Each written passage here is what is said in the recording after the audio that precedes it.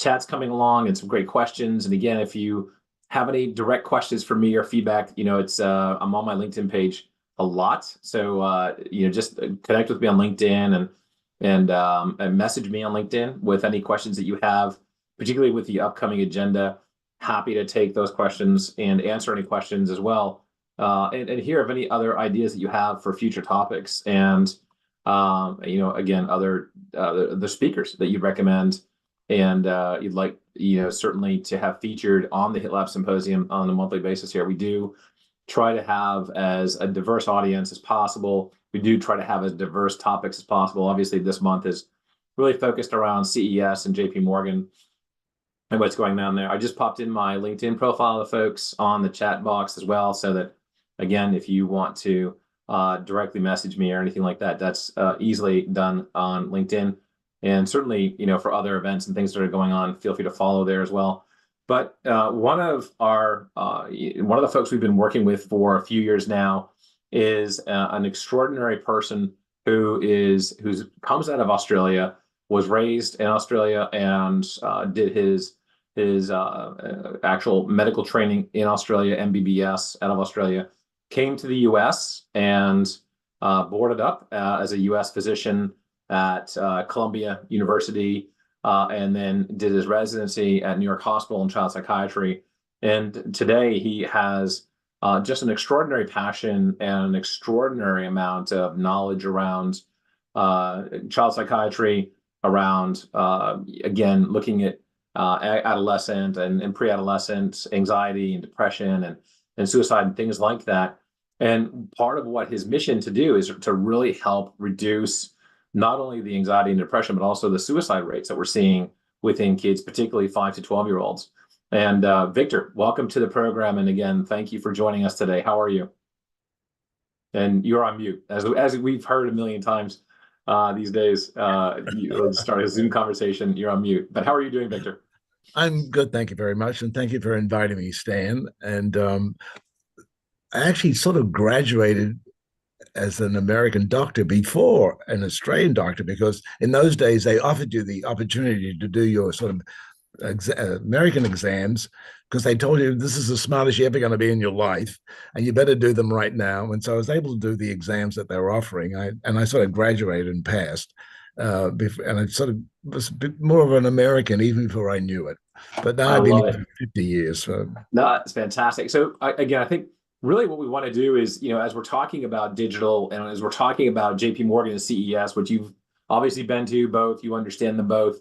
But we also want to offer a personal side to what those conferences provide and give people a better understanding of what's going on within the ecosystem, and leaders like yourself in the digital health ecosystem that have been working nonstop for years to try to improve healthcare through digital platforming. But to start that conversation, would love to hear a little bit more about your journey, particularly like what was it like going to med school in Australia in the 80s, and how was that as someone who now sees the globe and you've been all over health systems all over the world? It's you graduate when you're young there. They sort of look at you when you're a teenager at high school, and then they give you tests and they determine what sort of profession you should be in. And so they slot you in that particular way, and they did those things for me, and I was put into the medical group, and then there were like 300 of us, and then they sort of look at the numbers and they chop off about 110, and so I became a candidate, and then I entered the medical school world, and in those days, you learn a lot of practical things as a medical student.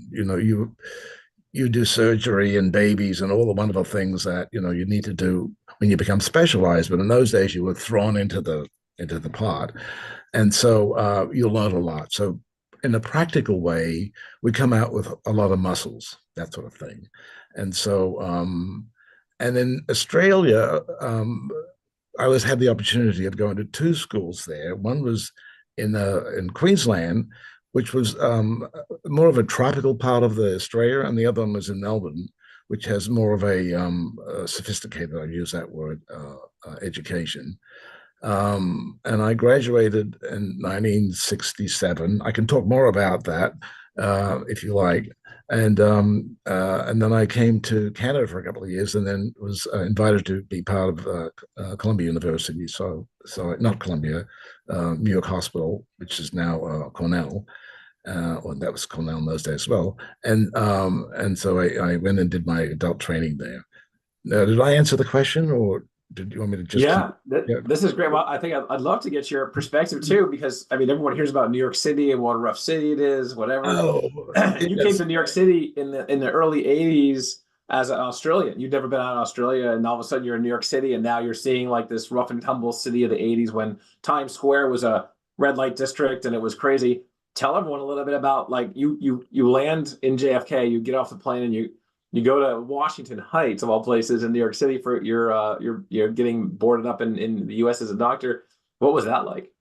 Well, if I just go back to like being an Australian or an Aussie, and then having that lifestyle there, which is sort of a British lifestyle, and outdoors and running, and you're in the in Queensland, you're like in the jungle basically, and then incessant blue skies and beaches and a lot of physical activity, and and sort of being free in that particular way, and then seeing myself in New York City, which is a completely different environment. So the child in me, because I am a child psychiatrist, the child in me like saw the world completely differently.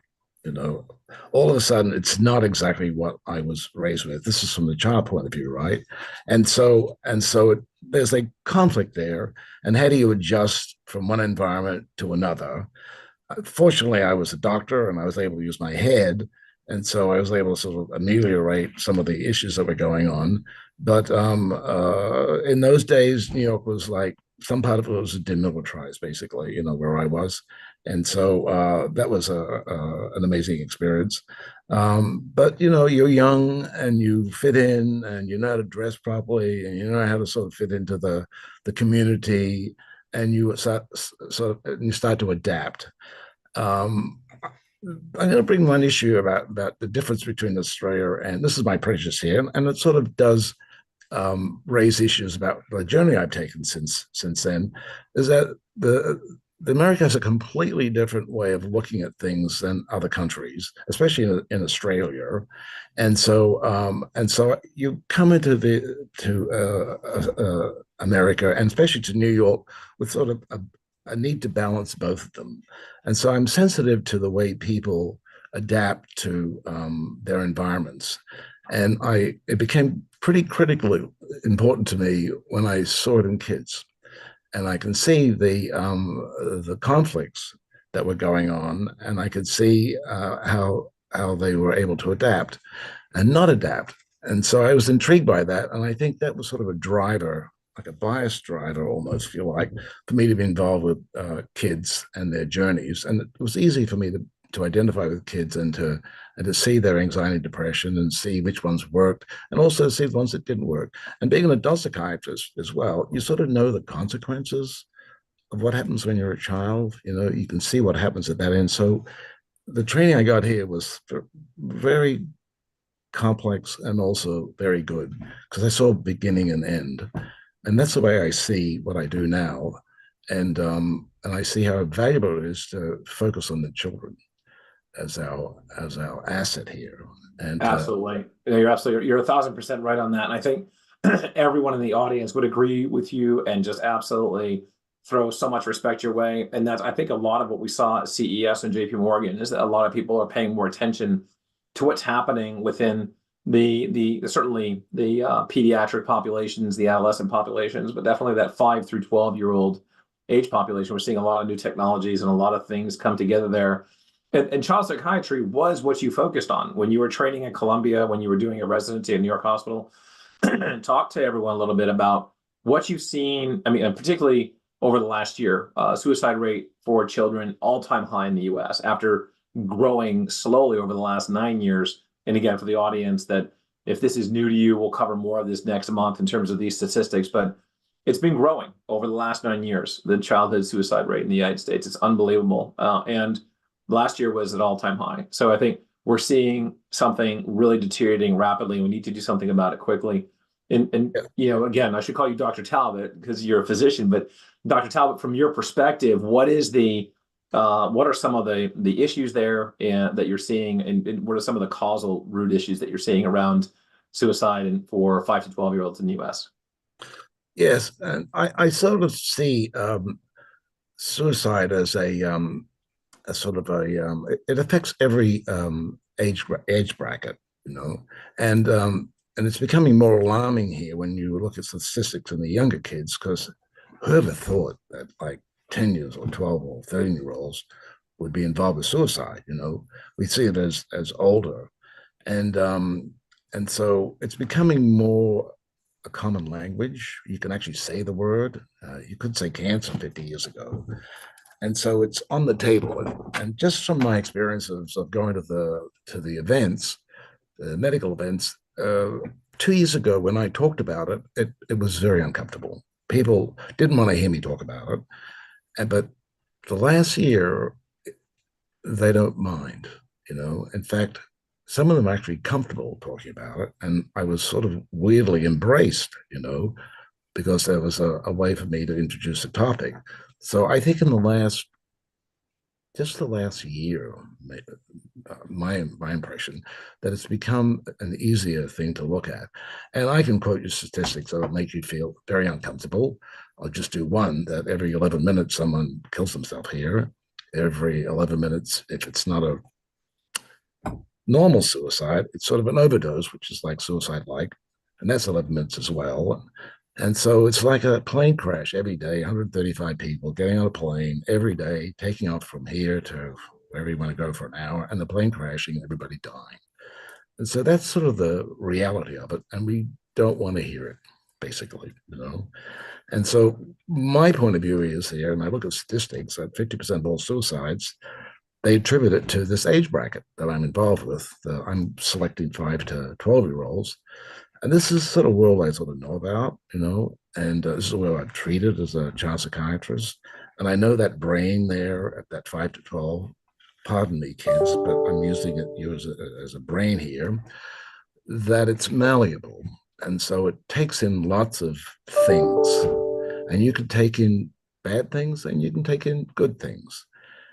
And what I brought in was a sort of a patented product that doesn't talk, that's completely movement and entertainment based. Because I also come from the entertainment world, and play therapy is entertainment. And so I was able to sort of bring in a whole other type of experience for kids through the modern world of animation, the modern world of digitalizing animation, the modern world of looking at kids' bodies through animation and volumetric capture, and the way of looking at a child's complete world, basically. And that I think that's spot on too, because that's exactly what we're looking at. When we look at these things, they have to be holistic and they have to be enriched and they have to be very visually appealing, going to a lot of the neurotech stuff that we're studying as well. So, Dr. Talbot, again, thank you for joining us today. We're looking forward to seeing you again soon, certainly February, and we'll catch up with you later. Take care. Thanks so much. Thanks for inviting me. Thank you, Stan. Cheers.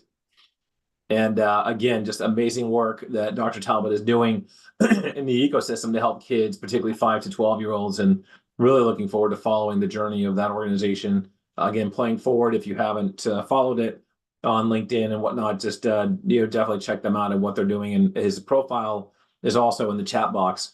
Next up, we have our own, again, Jerry Antomato, talking to Sam Shaw from Samsung. Again, Samsung, amongst these tech companies that are coming out with newer and better digital products for healthcare every day, every week. It seems like there's a different announcement. And so, we'll looking forward to hearing what Sam has to say. Sam, how are you? Oh, I'm doing great. Thank you. Thank you for inviting me. No, of course. All right, Jerry, the floor is yours. No, thanks so much, Stan. Really, really wonderful interview with Dr. Talbot there from Playing Forwards. And it's my pleasure and honor to be able to have Sam Shaw on, give a very quick, brief introduction around his extensive career here. Sam Shaw has 2 decades of successful experience in strategic alliances, partnerships, and business development in cloud computing, SaaS business, healthcare informatics, and tech startups. Curated and implemented partnerships and alliances, go-to-market strategies, SaaS, product pricing, customer success planning, marketplace launch, and ecosystem building, all the while working at Samsung Digital Health, Microsoft AMC, also known as Azure Cloud, Philips Healthcare, Beekeeper AI, which is a private computing healthcare AI platform, and SaaS Business. So with that illustrious long list of experience, Sam, welcome to the program. It's wonderful to have you with us today. It's great to be able to talk to you around about the great work that you're doing at Samsung. And if you could just sort of open up around talking about the robust partner ecosystem in driving innovation from where you're seeing it right now, and how important that is, especially in the context of, where Samsung is concerned in terms of wearables and healthcare technology. In healthcare, no single vendor can cover everything. It's a very fragmented market, and making the partner equation essential for achieving connected care synergy. A stronger partner ecosystem plays a crucial role in fostering innovation within the domain of wearables and healthcare technology. This involves partners leveraging their AI algorithms, platforms, and other capabilities to enhance collaborative advancements in the field.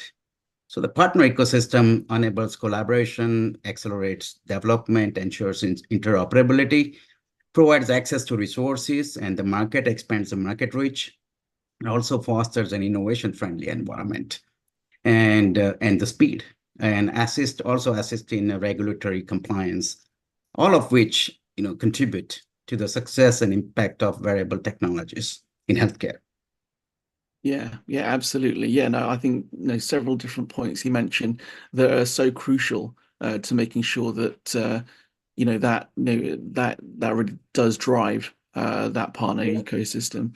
Talking about sort of driving the ecosystem, talk about the challenges that you sort of foresee that may be coming up in the widespread adoption of wearables, both on the consumer side as well as the healthcare domains.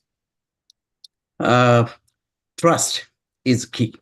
As more people adopt connected wearables for health and wellness. So we see a transition from fitness to now health and wellness for the wearables adoption.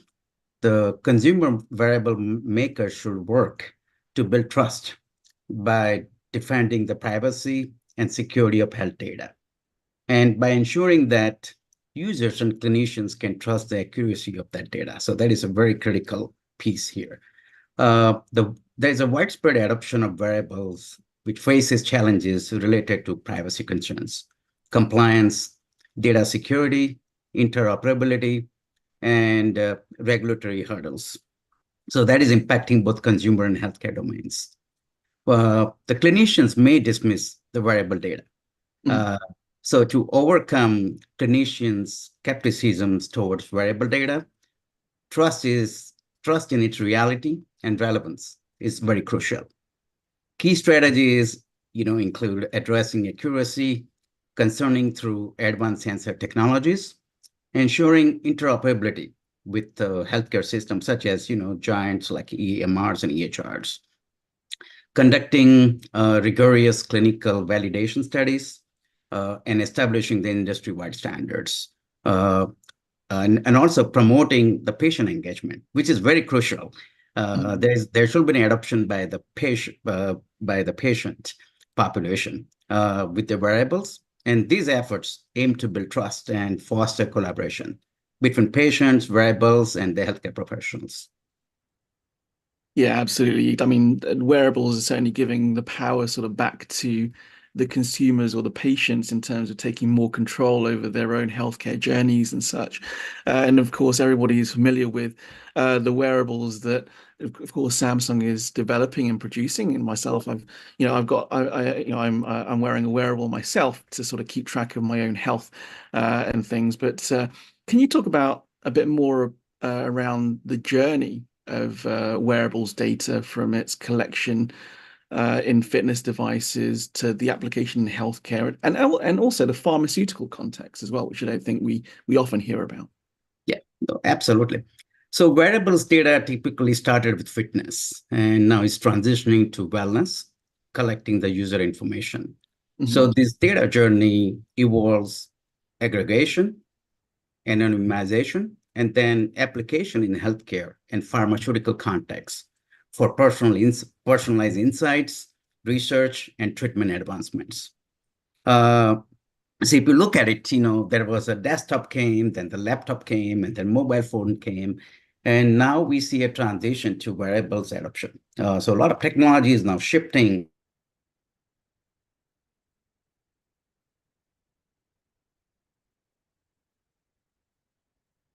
realms of patient health monitoring, disease diagnosis, and predicting and enhancing patient outcomes. Wearable sensors offer a promising solution by detecting and quantifying specific movements, providing valuable data for long-term ambulatory movement and assessment. So for pharmaceuticals, wearable technology is helping scientists better understand patients and diseases. Use of wrist-worn wearables in clinical trials. As an example, a study involving wearables revolves around atopic dermatitis to track measurements of when participants, including children, scratch at night and how they sleep. Other common smartwatch use cases are vital signs and activity sleep monitoring. So those are with the adoption and transition into digital medicine, there is going to be a growth also with the adoption of wearable technologies in pharmaceutical and drug discovery. No, that's fascinating. I'd like to hear you talk a little bit about the actual data itself that's being collected and how you see the role of the raw sensor data that is being collected, like from Samsung's Galaxy Watch, of course, and how that's evolving and shaping these personalized healthcare solutions and journeys. So Samsung wearables, especially the watch, provides the raw sensor data to the partners. Like that from Samsung Galaxy Watch, it plays a very pivotal role in shaping personalized healthcare solution. So as we see a shift, towards personalized and more precision medicine and treatment, the personalized healthcare solutions are playing a very important role by enabling more health monitoring and early detection of conditions. So we have seen many cases. We have heard the news about the AFib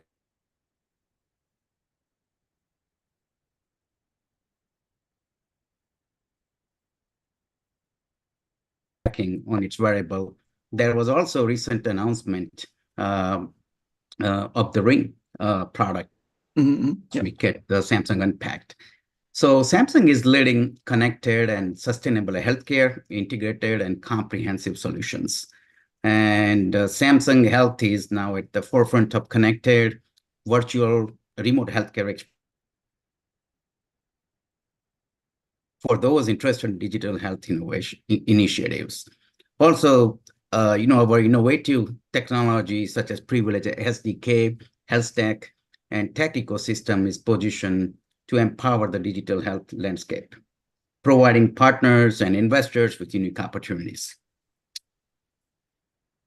No, that's wonderful. I think we lost you for a little second there, Sam, but I think you came back to finish it off. But just so that we don't lose you again very quickly, just the last 60 seconds, could you just quickly talk a little bit about the life cycle of wearables right now in terms of, of course, product management and business processes, which you're very familiar with, and how companies, like Samsung can ensure the continuous improvement and relevance around, especially how the market is evolving right now? The product management life cycle of wearables involves, from ideation to launch, followed by the updates. So if you see a transition from Watch 3, 4, 5, and recently the 6, and enhancement, security is also very important, and eventual iterations. So continuous improvement and relevance demand a responsive approach, and incorporating voice of the customer, user feedback, embracing technological advancements, and staying attuned to evolving market trends.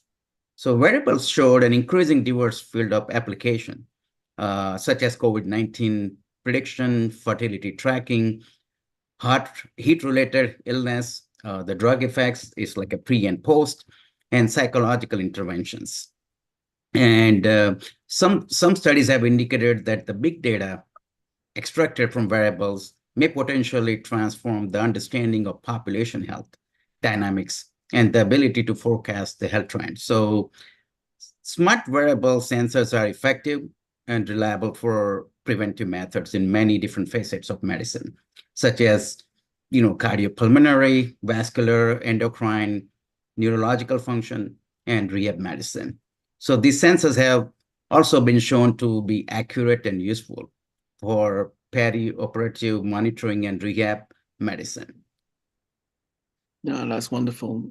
Sam, thanks so much for coming on and sharing your insights with us. It's really been wonderful speaking with you and hearing more about wearables and the collection of data and where that's sort of going in the future and things. And we'd love to have you back on the program at some point.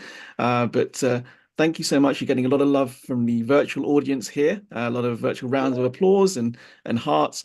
Those of you in the audience who want to connect with Sam, please do so by checking out his LinkedIn URL that's in the chat. But Sam, we really appreciate your time. We know how busy you are, and we hope to see you again.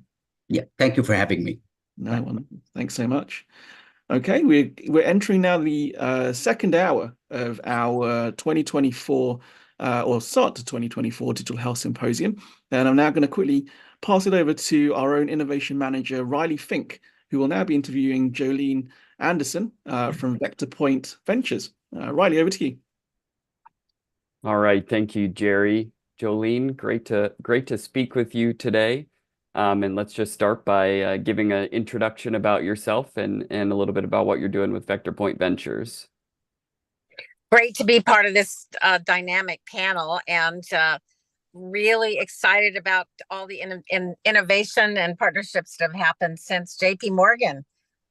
So basically, I can say that I'm a serial entrepreneur with a corporate finance background who became an angel investor, and I also joined Vector Point Ventures 3 years ago as a managing director. We're standing up an impact investment fund with a thesis to invest in seed and growth stage life science and clean tech companies. My overriding passion is solving global health problems. And to that point, I am delighted to be part of this ecosystem, as well as I recently joined the board of endbraincancer.org and spend about 20% of my time on boards of nonprofits. Well, that's amazing. And can you mentioned JP Morgan, something that we're discussing, and obviously you have experience in these trade shows and going to them and CES, and I'm sure many others. How do you specifically, navigate those conferences to kind of maximize your exposure time and really create valuable connections that will last beyond those, short time spans for the conferences? So I have a lot of experience in trade shows going back as a principal doing the big health shows in Canada mostly and some in the US. And so I guess you start with the end in mind. First of all, identify what is your objective, what's your company's objective. Is it all of the above? Is it networking with industry partners?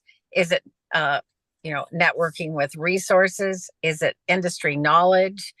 Is it meeting potential clients, i.e. seed and early stage companies?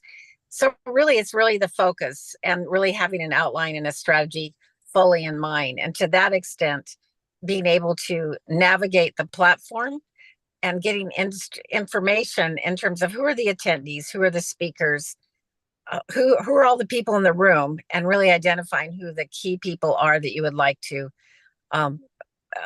reach out to, hopefully in advance to set up meetings, but also leaving white space so you're not too rushed to really make it quality time with each of the introductions that you make. I love trade shows because they put everybody in the same room. And I do believe they're incredibly important to solving the big problems that we have on global health. Yeah, especially in this kind of remote or newly remote minted environment where a lot of people may not interact with people in the room, so to speak. Bringing people together, that value add has only gone up with this remote world that we're working in. Talk to me a little bit about your company and how you provide capital. But what else do you do to add value to your portfolio companies? How do you contribute to their growth and their success? Well, I'm incredibly lucky because the other managing director who invited me in, the founder, Don McGrath, has an incredibly diverse background in private equity and in reviewing cap tables and the geeky stuff. So I think, bringing all of our expertise to bear is really important. I look at it as we're almost incubating a company. So when I was an entrepreneur, even though I had a great who's who on my board, it was really who are the strategics that can really propel my message if I'm the entrepreneur? Who are the key people that may or may not want to be advisors, mentors? And recently I was able to bring a key board advisor, part of my ecosystem, to a company that we were investing, a medical device diagnostic company. So those resources are incredibly important. Also having a clear knowledge of the landscape and what are the trends. So to that extent, I try to do an hour of research every day and be on as many investor events as possible, because you can't know everything, but there's certainly a lot of people in the room that we can reach out to and say, we are speaking with this company, can you help us? And there's a lot of organizations and foundation funding as well that I'm a firm believer in non-dilutive funding at the seed stage for a company. That's amazing. And we'll get you out of here on this. I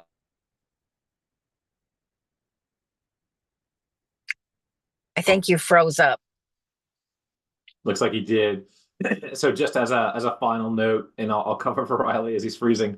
If you could just give us a quick rundown. You obviously you're very connected to the funding ecosystem, and you spent a lot of time talking to folks, and with JP Morgan and CES winding up, and what you've seen. If you could, particularly in women's health, talk a little bit about how you suggest these folks in women's healthcare especially maximize their partnership opportunities with investors and other types of collaborators.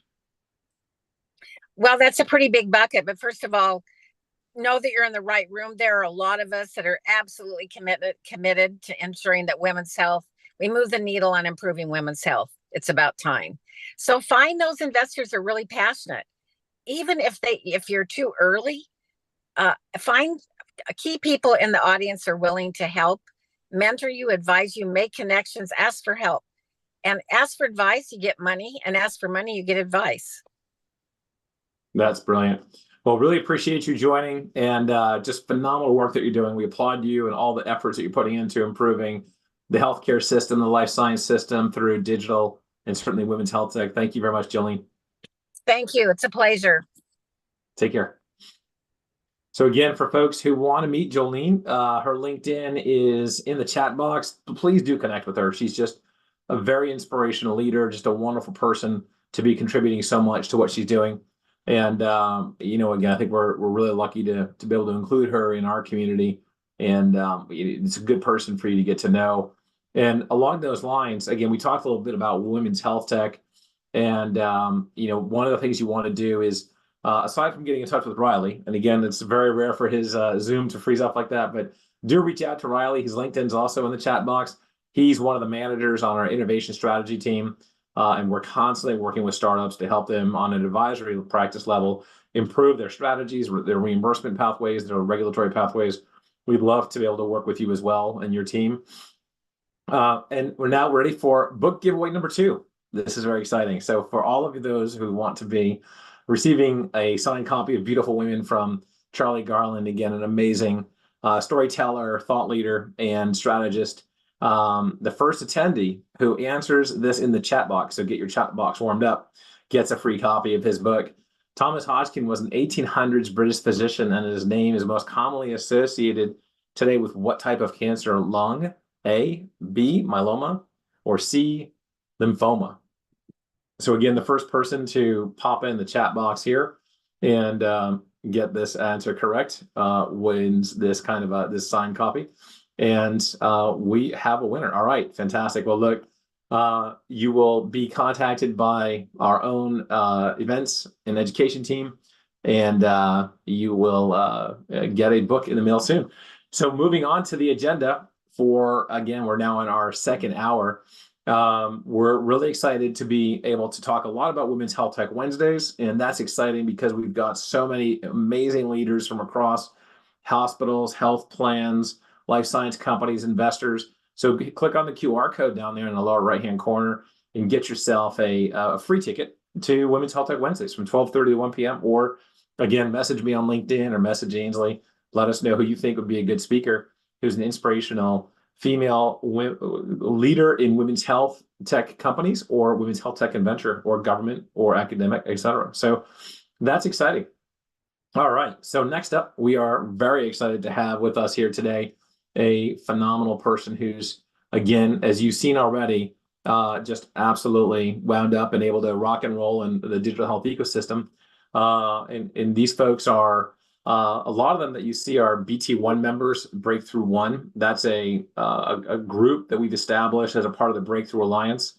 That's hands down some of the biggest leaders in digital healthcare. So you've got folks like Bill Toronto, you've got folks like Amy West, Bill Toronto from the Merck Global Fund, Amy West from Novo Nordisk Digital Transformation Team.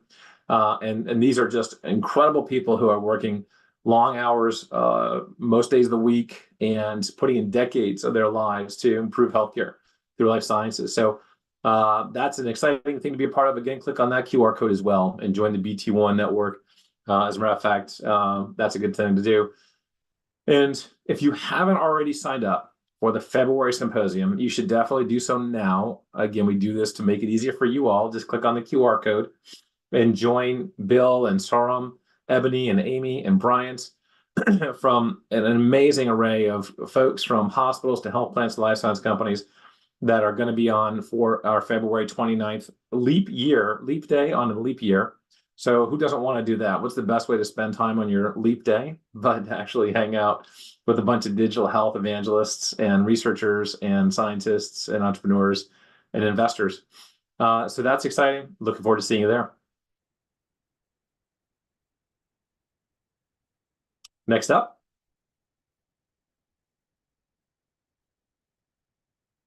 Okay, so we have hour number 2, which we are in the middle of right now. This is so exciting. As you've already seen, you've met Jolene, and we are going to be talking to Vic Tandon. He's the Director of Health Innovation and Product Strategy at Blue Shield, California, and Sophie Park, who's a Managing Director at Grants for Apps at Bayer, one of the more intriguing and successful challenges and ecosystems and incubations that we've seen develop over the last decade from Bayer, Life Sciences and Pharmaceuticals. And then to wind down the hour, we have, again, Bill Toronto, the president of the Merck Global Health Innovation Fund, the $500 million digital health fund focused largely right now on any kind of digital technologies for cancer. And obviously, that's a big thing at Merck, one of the leaders in cancer care, particularly with Keytruda, well, the first drug to market that's actually got a sequencing component to its actual intervention. And then also they're very much involved in digitizing the supply chain and working very closely in getting that going and funding that. So anyway, that's our next half hour or so, 40 minutes on this program. And again, do stay tuned for this. We have next up Ainsley Bowen, HITLAB's only manager of community. And of course, one of our favorite people from Salesforce, Sindhu Pandit, to talk about JP Morgan and CES. Hand the reins over to Ainsley and Sindhu. Hey, Ainsley. Hi, Stan. Thank you so much. And hi, Sindhu. Welcome to the symposium. Thank you so much for your time today. I'll let you start off with a quick introduction to our audience. Oh, sure thing, Ainsley. Of course, I have to ask, can you hear me okay? You're coming in great. Okay, great. Thank you so much for the invitation today. My name is Sindhu Pandit. I work on the healthcare and life sciences industry advisory team at Salesforce. I'm also a practicing physical medicine and rehabilitation physician based out of New Orleans, Louisiana. And on the note of New Orleans, when Sindhu and I were talking earlier, we're both actually Tulane alum. So it's cool to have that in contact. It's great. And then it's also Mardi Gras season there. So I'm sure that it's a lot of fun where you're at right now. Absolutely. And I hope everyone's getting a slice of king cake wherever y'all are. And, on the topic of, like JP Morgan, all these different conferences and stuff, how do you perceive the current labor challenges in healthcare delivery sector? And what, in your opinion, are the primary obstacles faced in adequately caring for the community? Yeah, and this is such a tough question, Ansley, because I think all of us feel this from a very personal standpoint, because healthcare is one of those things that we will touch at some point in our lives. And so getting this right, or addressing this challenge in a dynamic, ongoing manner, is so critical, because it's such a pillar in our communities. This isn't something that we can sort of turn on and listen to in the news and sort of turn off. We all have a role to play in improving this. So when we think about the labor challenges, again, a lot of this has been going on for some time. The way work has been done traditionally in this sector has sort of stayed the same for a long period of time. There's a lot of kind of institutional norms that have stayed in. I mean, even before I came into medicine, and sometimes when I talk to some senior faculty and senior physicians, it's sort of the same how they used to work and how I work. And so I think the idea of redesigning how the work is done is going to take all of us to have sort of an innovative and a human-centric mindset, and it's going to take a lot of work. And frankly, we are going to have to tap into those that are doing the work. This can't be from an outside-in only response, and this isn't so much. There's a hordes of individuals leaving the workforce, but they're leaving and often joining other environments to conduct healthcare-oriented work, but they enjoy the work environment differently. There's a little bit more flexibility, perhaps. They have childcare access, perhaps. They have more options to schedule the way they want to schedule. It's not hierarchical. So there's just different ways to think about this term labor challenge, and it is something that's been coming up consistently for some time, and definitely during the week in San Francisco.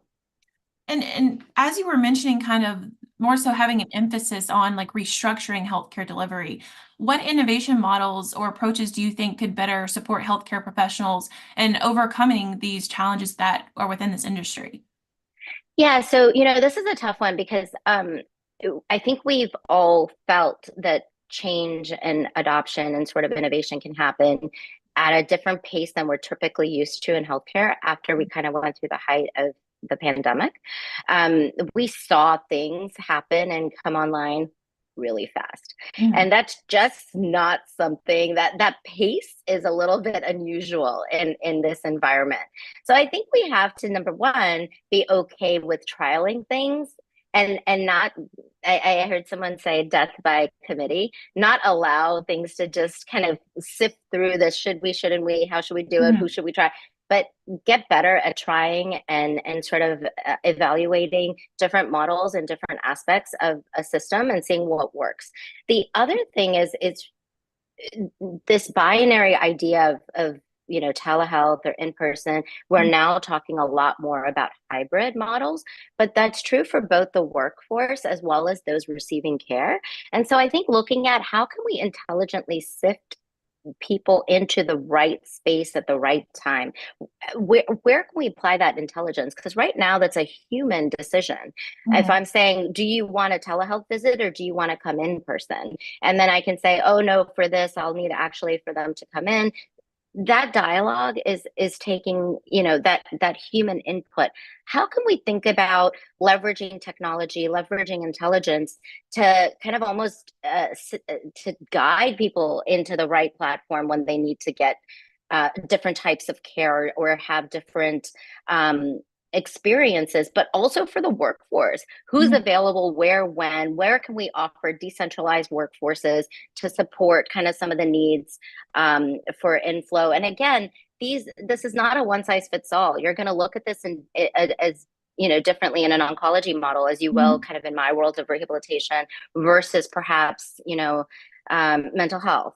And I think it's allowing people to be people and thinking of them as individuals first, maybe health, and then health and wellness, and then disease state, and then sort of do the same model for workforce. Yeah, so it sounds like, there's so many different solutions out there, but they need to be more so tailored because not everything is a one size fits all, like you were saying. And so in that context of, developing healthcare solutions, it seems like there is a focus on not just having a solution, but also ensuring the validity of those outcomes. So how would you approach ensuring that the appropriateness and the validity of those outcomes within the healthcare delivery? Yeah, this is funny because I work at a tech company, but I often lead with it's not about the technology.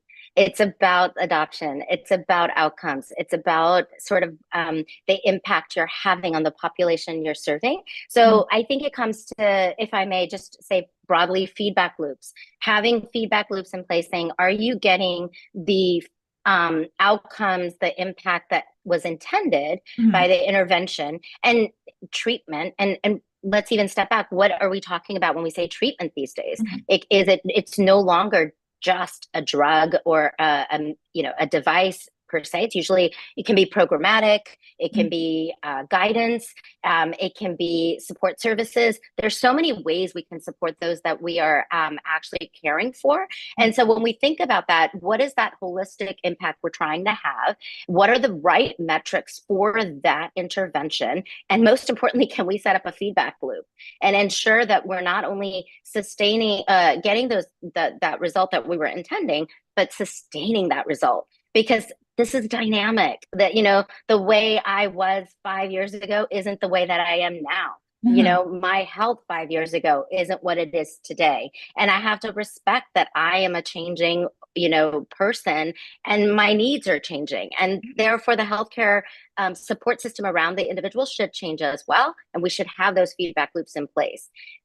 And if I may, coming back to your first point, ensure that the workforce is adequately trained and empowered to keep up with that population as well. I love how you mentioned the fact about sustainability, and also how this is like a consumer-centric delivery is definitely a priority. And so kind of wrapping up here, from your perspective, what are the challenges associated with actually ensuring a truly consumer-centric approach in healthcare, and how do you think we should better address them into this year? Yeah, so this is really interesting. I heard this dubbed some time ago as the Amazon effect. But, I often challenge my colleagues, both in technology as well as when I work at the hospital, like, think about what you would want. And it's simple, right? It sounds so simple, but really it is. It's, when you walk into the hospital, did you find all the signage you needed? Was the parking appropriate? Did you wait in line? Do you like waiting in line? Right. Like, I don't. I personally am not a line waiter person. Like, I avoid lines. So it's really just thinking about what is the process and how can we continuously improve it? And are there friction points, even small, that we can remove? And honestly, it's asking the people who are doing this work day in and day out, where do you see friction? And how do we kind of alleviate some of that?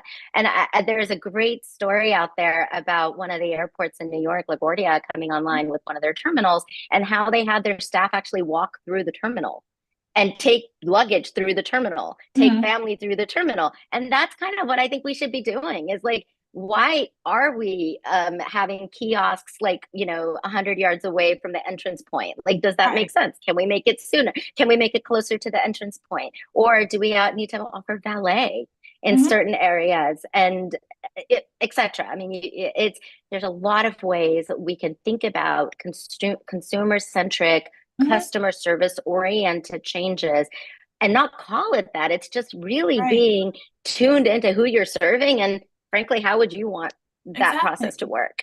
Yeah, no, I love that perspective, because I feel like we don't really hear that very often, that, healthcare should be in a way what, the consumer needs. And if we take it directly to them instead of, eliminating all these other steps that it takes to get to there, I think we could definitely have many improvements and better solutions and outcomes if we just take that approach. So thank you so much for your perspectives today, and again for your time. It was great to talk to you, and we need to have you on again soon, especially one of our Women's Health Tech Wednesdays, to really develop this conversation further, because I think you have wonderful perspectives. Oh, thank you so much for the invitation. It's always a pleasure. Well, Thank you so much. All right, Jerry, I will pass it back over to you. No, wonderful, Ansley. Thanks so much for that conversation with Sindhu. Yeah, we hope to see her on a Women's Health Tech Wednesday interview or panel that Stan was talking about earlier. Those of you in the audience who are wondering what HITLAB is going to be up to this year in person, I'm happy to announce that we will be having the New York City Health Innovation Week 2024 in May. So do check out the QR code. The idea is that we're going to have a 3-day conference in the middle of the city. And we'll be having other activities put on by folks like Merck and Pfizer and Silicon Valley Bank to also supplement the event and get more healthcare innovators and leaders networking, connecting, and holding important discussions like we're having today. And none more so than the next one that our very own Riley Fink, Innovation Manager and Strategy Manager for the lab, is going to be leading with Vic Tandon and Sophie Park from Blue Cross Blue Shield, California, even, and Bayer G4A. So over to you, Riley. Thanks, Jerry. Appreciate the opportunity to come back on, and fingers crossed my network will remain stable throughout the whole time. Sophie and Vic, it's great to have you on, and really looking forward to our conversation here. We can just start with giving a brief intro about yourself and the work you're doing. We'll start with you, Sophie. Yeah, thank you, Riley, and thanks to the HITLabs team. I'm really excited to be here. Hi, everyone. My name is Sophie Park. I'm the Managing Director for Bayer G4A. We call ourselves an accelerator, but more could be a hybrid of an operational VC too, but we've pivoted quite a bit.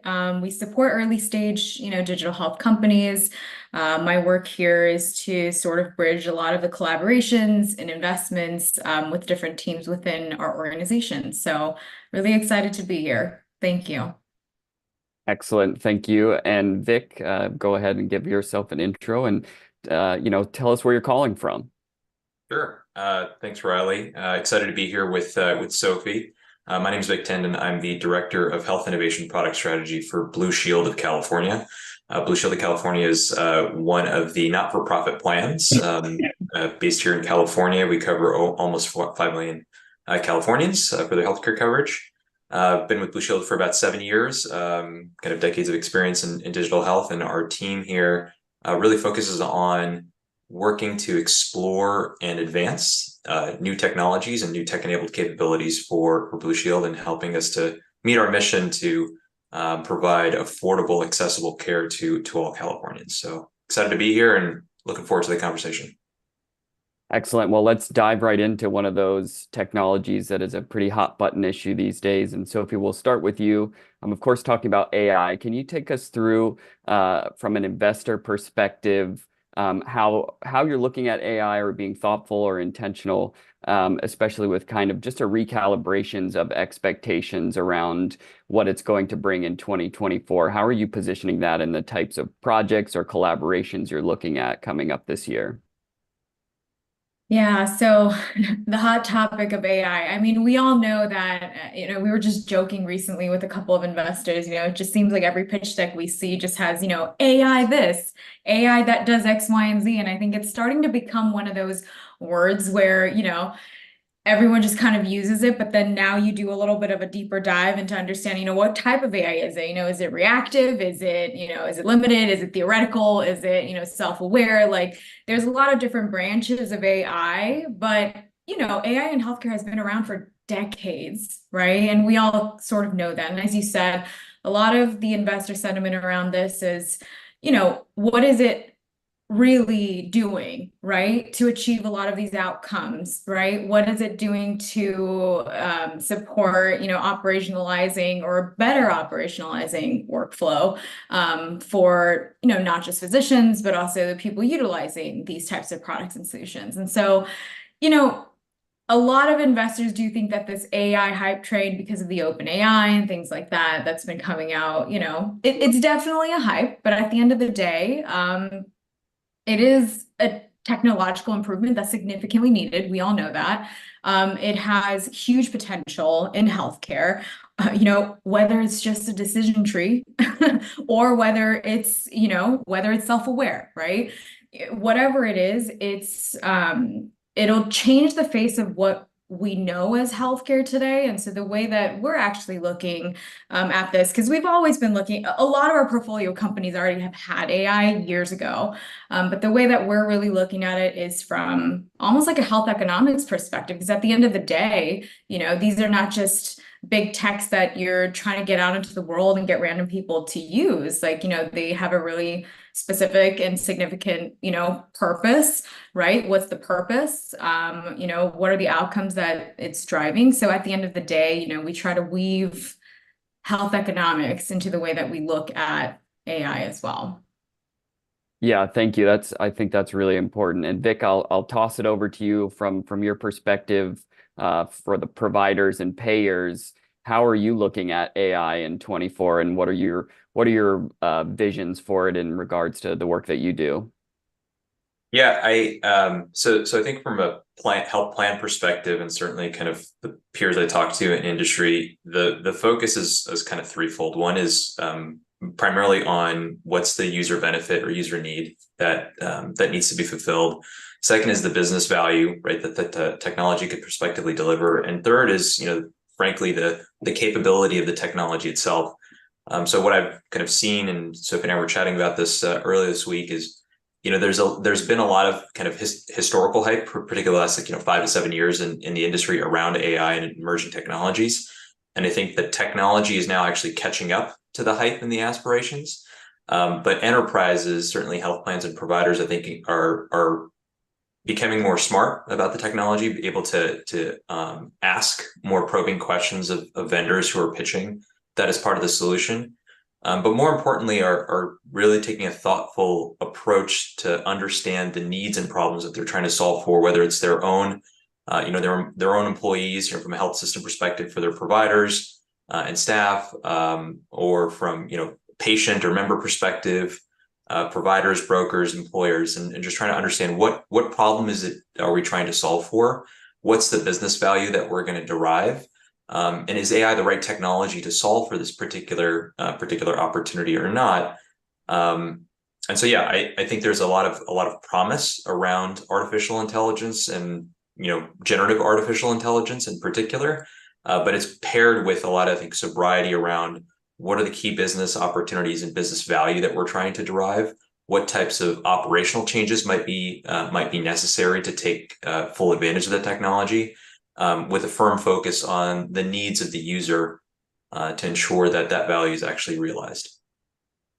Yeah, I think that's speaking to an important point of really doing due diligence to understand the technology, the application of it, what are the outcomes they're trying to bring about. And it touches upon kind of this idea of inherent risk and riskiness from partnering with or investing in companies that are utilizing AI or bringing the next kind of AI tool to market. So Sophie, can you touch on how you mitigate risk, or what are some kind of risks that you see that are related to healthcare projects and in the uniquely rapidly changing healthcare industry? How do you view risk or assess it? Yeah, so that's a good question, because I'll be honest, when I joined G4 a couple of years ago, we sort of looked at due diligence from just a very financial investor perspective, right? Like the usual questions you ask, right? What's the traction? What's your cash flow? What does the user look like? What does engagement look like? That was such a big term. What is the engagement? But the more that I've seen, you know, I've looked at thousands of companies and also talked to hundreds of investors. And one of the biggest standouts that I see that's sort of missing still, some investors are now getting on board with it, right? Because as we talked about before, you know, investments are becoming a lot more thoughtful and a lot more more intentional these days. But at the end of the day, it's about understanding, or investors being able to understand the principles of health economics, right? Not just economics. Because, you know, when we think economics, we think, okay, there's the market, there's supply and demand, there's, you know, the risks that are associated with it, there's the cost, the margins. But when you think health economics, it's not just about like the scarcity, it's not just about the supply and demand, but it's about distinguishing between need and the demand, right? And that's so tough in healthcare because you think that there's so much demand and yet the needs are also quite, you know, clear. But it's also understanding, you know, the opportunity costs, right? And once we talk opportunity costs, it's about understanding the time horizons, right? Payment reforms, like the risks and insurance and benefits that all come with that. And not many investors are aware. And you saw that in the last couple of years where, you know, we've seen tons of money flowing into digital health, tons of investments happening, companies that are worth billions of dollars that probably should not have been, right? And then you also understand, and then also going back to health economics, the efficiency, right? When economists talk about efficiency in goods and products, right? In healthcare, it's called outcomes, right? What are the outcomes that we're actually seeing with your product or solution? What outcomes are we seeing when we give you $20 million? Is it worth the $20 million? And then on top of that, when you actually think health economics, that's hand in hand with equity, right? And so how do you quantify? I think even our team has been, you know, trying to quantify the value of equity in healthcare as well. Because again, right, we all know social determinants of health. It's huge, right? It's dependent on interventions. It's dependent on the programs, the systems, and even policies. And so I'd say, I know there's a long-winded, you know, answer, but I would say understanding the principles of health economics is so important, at least for us now. And it's not just looking at, well, what's your cash flow? What's your revenue? Who's on your cap table, right? That's number two. It's about, well, do you understand what's scarce? The, you know, supply and demand. Do you understand the distinction between the need and the demands of patients and the physicians and the payers and whoever else is in this, you know, cycle of healthcare? So I'd say we started looking a lot more at what it means to be a company within the ideas and ideals of health economics. I hope that helps. Yes. No, thank you for sharing. We're all here learning together and wanting to hear from your perspective. So we appreciate any length of answer you're willing to give us. And then Vic, last question for you. Do you think that the business cycle has fundamentally changed? Do you think that payers are perceiving the shifts in healthcare investments and business models as a result of this business cycle, or is it more of fundamental transformation driven by market needs and technological advancements? Yeah, great question. You know, the pithy answer is both. So I think there's both a transformation in thinking in large enterprises in the healthcare sector around a focus on value and outcomes. But I think there's also been a change in the business cycle, right? So I think the you know, increase in cost of capital, certainly making plans and providers more thoughtful about the investments that they're making, particularly technology investments, with just a, you know, clear focus around, again, business outcomes, user needs, and then matching the technical capabilities of vendors to, you know, to those two dimensions of business value and user needs. So yeah, so I think it's both a fundamental shift in the industry of more kind of thoughtfulness, more focus on outcomes and delivering value with the promise of new technologies, but also a shift in business cycle and, you know, where we are in terms of interest rates, in terms of regulatory and legislative changes. But it's all really geared towards, what we all are in healthcare for, which is serving the needs of patients and ensuring that they're living their healthiest lives. So yeah, lots to come certainly in the industry.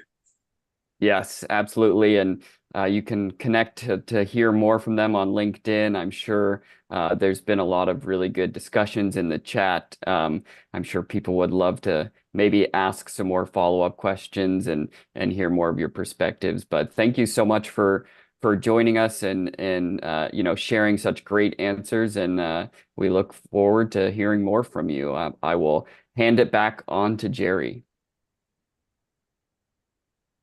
Really, really wonderful, Ray. Thanks so much for hosting that conversation with Vic and Sophie. We appreciate both your times, Vic and Sophie. We know how busy you are. So thanks so much for coming on the program, sharing your insights. Those of you in the audience who want to get in contact and connect with Vic and Sophie, who just shared some incredible insights with you, and you want to carry on the conversation, please do check out their LinkedIn URLs in the chat, as well as links to their companies, Blue Cross Blue Shield California, as well as Bayer G4A. Yeah, and also to remind you guys in the audience as well, we do have an open chat. So please do feel free to put your information in the chat, whether it's emails or LinkedIn's or URLs to your websites. The idea for these particular conversations is also to encourage our audience to connect with each other and network, because you're all doing such amazing work within the healthcare industry. And on the note of wonderful folks who are making impacts and making changes within the industry, we do have our next February symposium available to register for. Again, it is free to register, so please use the QR code here to go to the registration link, or click on the registration link that is being provided to you by the HITLAB events team in the chat.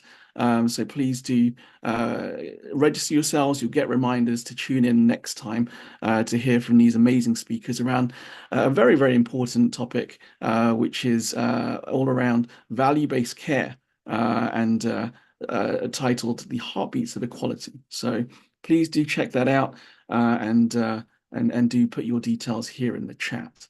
Up next, going into well within the second half of our 2024 January Digital Health Symposium, we're going to be hearing from none other than the illustrious Bill Taranto, President of the Merck Global Health Innovation Fund, as well as the chair for the HITLAB Breakthrough Alliance, which I'll divulge some more information about after he's had his chat with Dr. Satjit Bushri.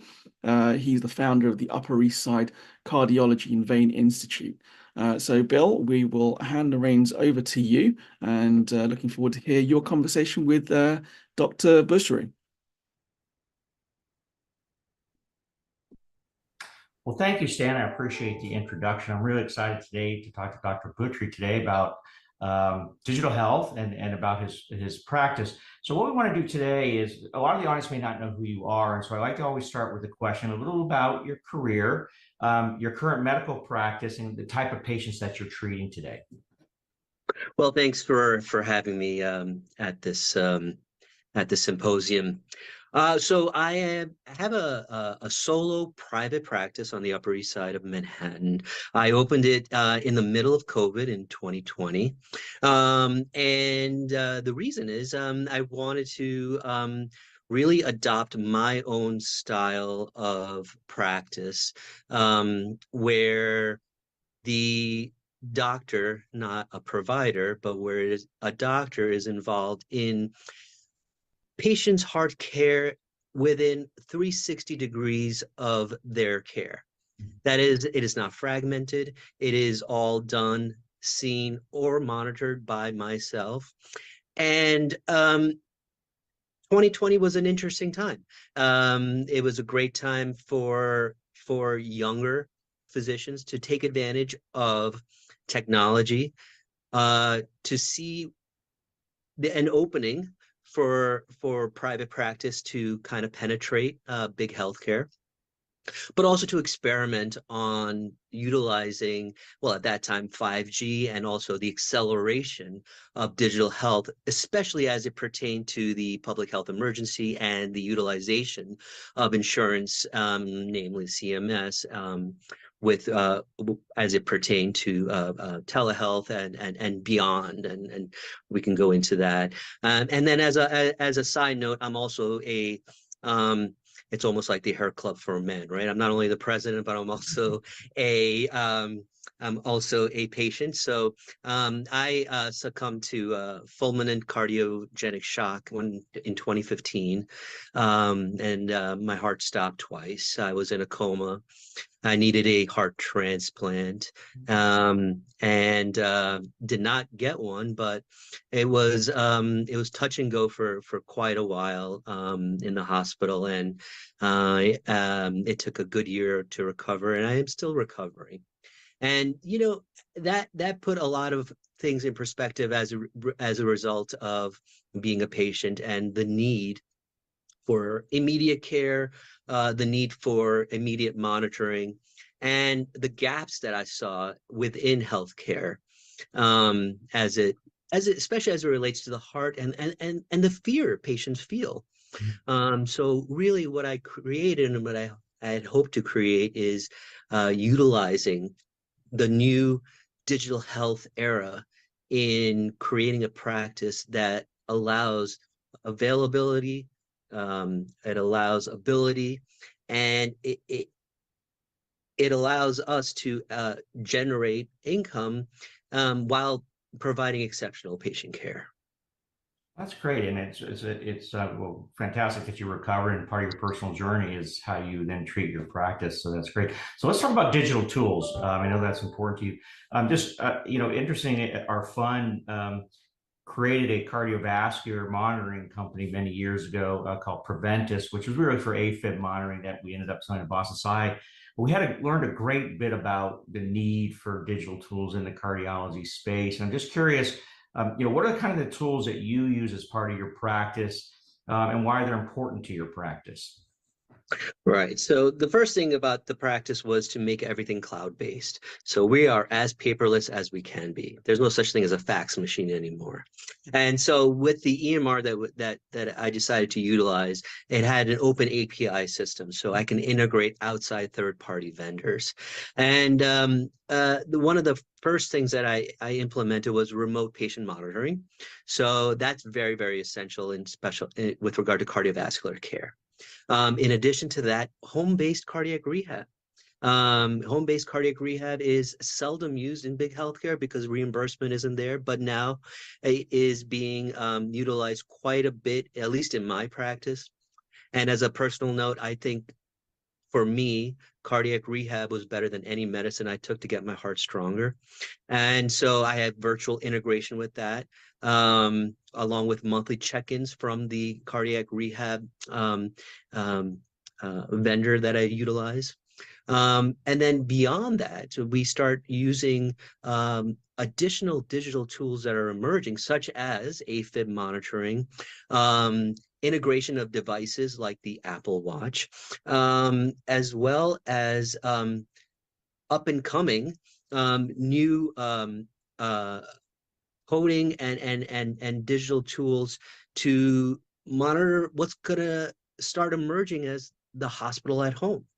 And to have a hospital at home and to have a cardiologist that is monitoring that virtually 24/7 is essential. And that's where I really see digital health moving the needle forward. So just a quick follow on in that realm, how's the patient reaction been to using these types of tools? Because that's always something, adoption is always a little difficult, but we do know patients more want to be treated out of their own home. And I'm just curious, in your experience, how the adoption has been so far. Right. So if we think about my patient population, there's two sides. Well, there are three sides, let's say. There is the elderly population who have been at home and need assistance and want to be able to interact with their doctors. And so there are various modalities in telehealth, in remote monitoring that that we do have to teach them. And so there's adaptability is very important based on the age, as well as socioeconomic and educational level of the patient. That's the hardest group. The next tier, well, are patients my age. And look, we're a product of the 90s. So we know email, we all have phones. And so it's the adaptability is actually not that bad, because the age of the internet was when we were young, and now we're of age where we're getting heart disease. And of course, lastly is the younger generation, which, you know, they're faster than us even. And so in fact, adaptability is adapting and adopting digital health tools. It's not that hard. It's just understanding your patient base and having various tools available. Now, I'll give you an example. For cardiac rehab, we do home-based cardiac rehab. We could do it over the phone. We could do it via Zoom. We could do it in person. We could do it while you're on vacation. We could do it in person. And so the availability of various streams of utilizing digital health, we can take care of the 90-year-old and the 19-year-old. Great, great. So let's take a little shift away from digital, and let's talk a little bit about the Breakthrough Alliance and HITLAB. You're a global member of BT1. I'm curious, you know, why you joined and kind of what your association with HITLAB is and the Breakthrough Alliance. So the cardiac rehab, home-based cardiac rehab, I am actually the medical advisor for. It's called Recovery Plus. It has really taken off. And I think through them, I learned about HITLAB, and really HITLAB is what I piecemeal together to create my practice.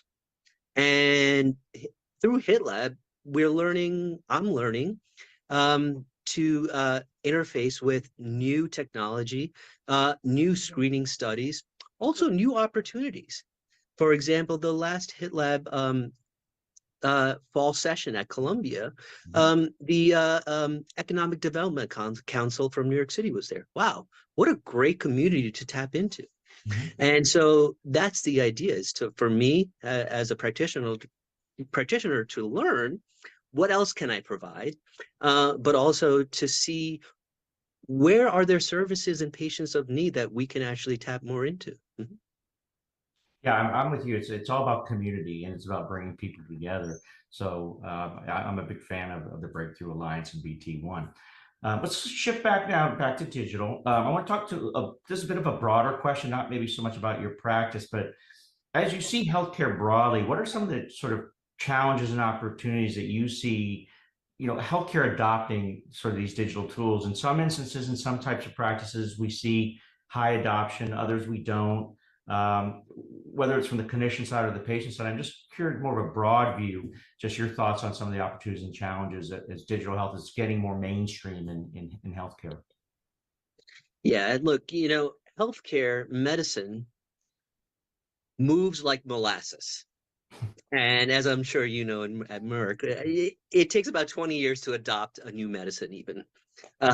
It takes at least, we always joke, 10 to 20 years for, even though trials and studies have said this medicine will work, it takes about 10, 20 years for, or almost a generation of doctors to really adopt that new medicine or new procedure.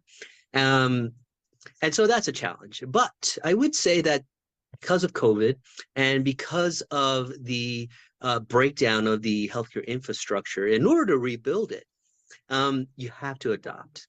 If you're not adopting it, it's like in the early 2000s when doctors had to adopt EMRs.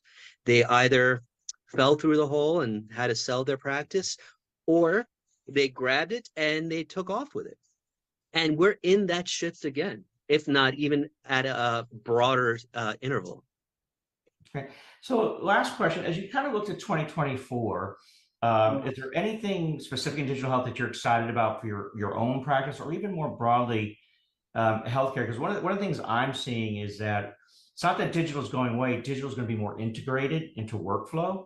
That's sort of like one of my sort of predictions of where it's going. But just curious if there's anything, you know, really specific to your practice that you're really excited about that's coming, or broadly in healthcare that you see that you go, man, if this happens, this will be great for 2024. Yeah.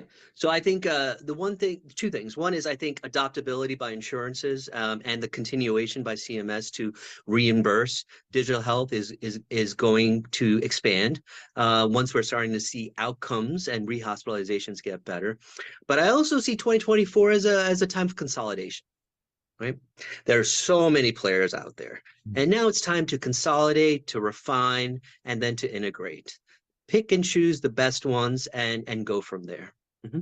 Just a quick follow-on before we end on that whole consolidation piece, because as a venture capitalist, I think to your point, there's a lot of players and in certain spaces, we do need to build scale and consolidate some of those types of assets. Who do you think is maybe the players that not necessarily the investor side, but do you think that the payer side is also going to play in that realm of consolidation? I think we are, as an investor side, is going to play a role, but I'm just curious, the other parts of healthcare, do you think they're going to play a role in that consolidation piece? Oh, absolutely. I think every major healthcare system in the country now has an innovation arm, a digital health arm, a chief innovation digital health officer now. Same with insurances. So you look at the behemoth that United and Optum has become, so we're going to see stiff competition. We're going to see stiff competition from every angle: healthcare, hospitals, insurers, venture capital, private companies, that's where the consolidation is going to come. That's where the competition is come. But that's what we need, right? That's what we need. Yeah. Fantastic. Well, thank you so much for your time today. I know we always never have enough time. I really enjoy these conversations. Congratulations on your success and your practice. And with that, Stan, I'll turn it back over to you. Thank you.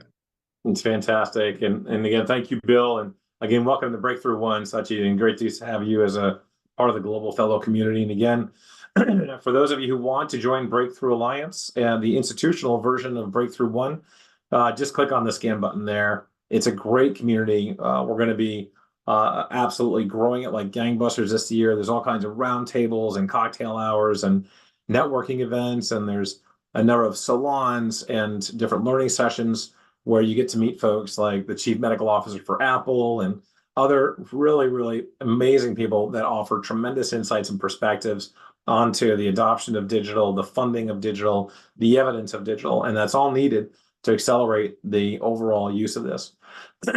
And so with that, really excited to continue here and just keep this moving along. We have Charlie Garland, again, a New England storyteller and thought leader, strategist, with his book, Beautiful Women, A View from the Heart.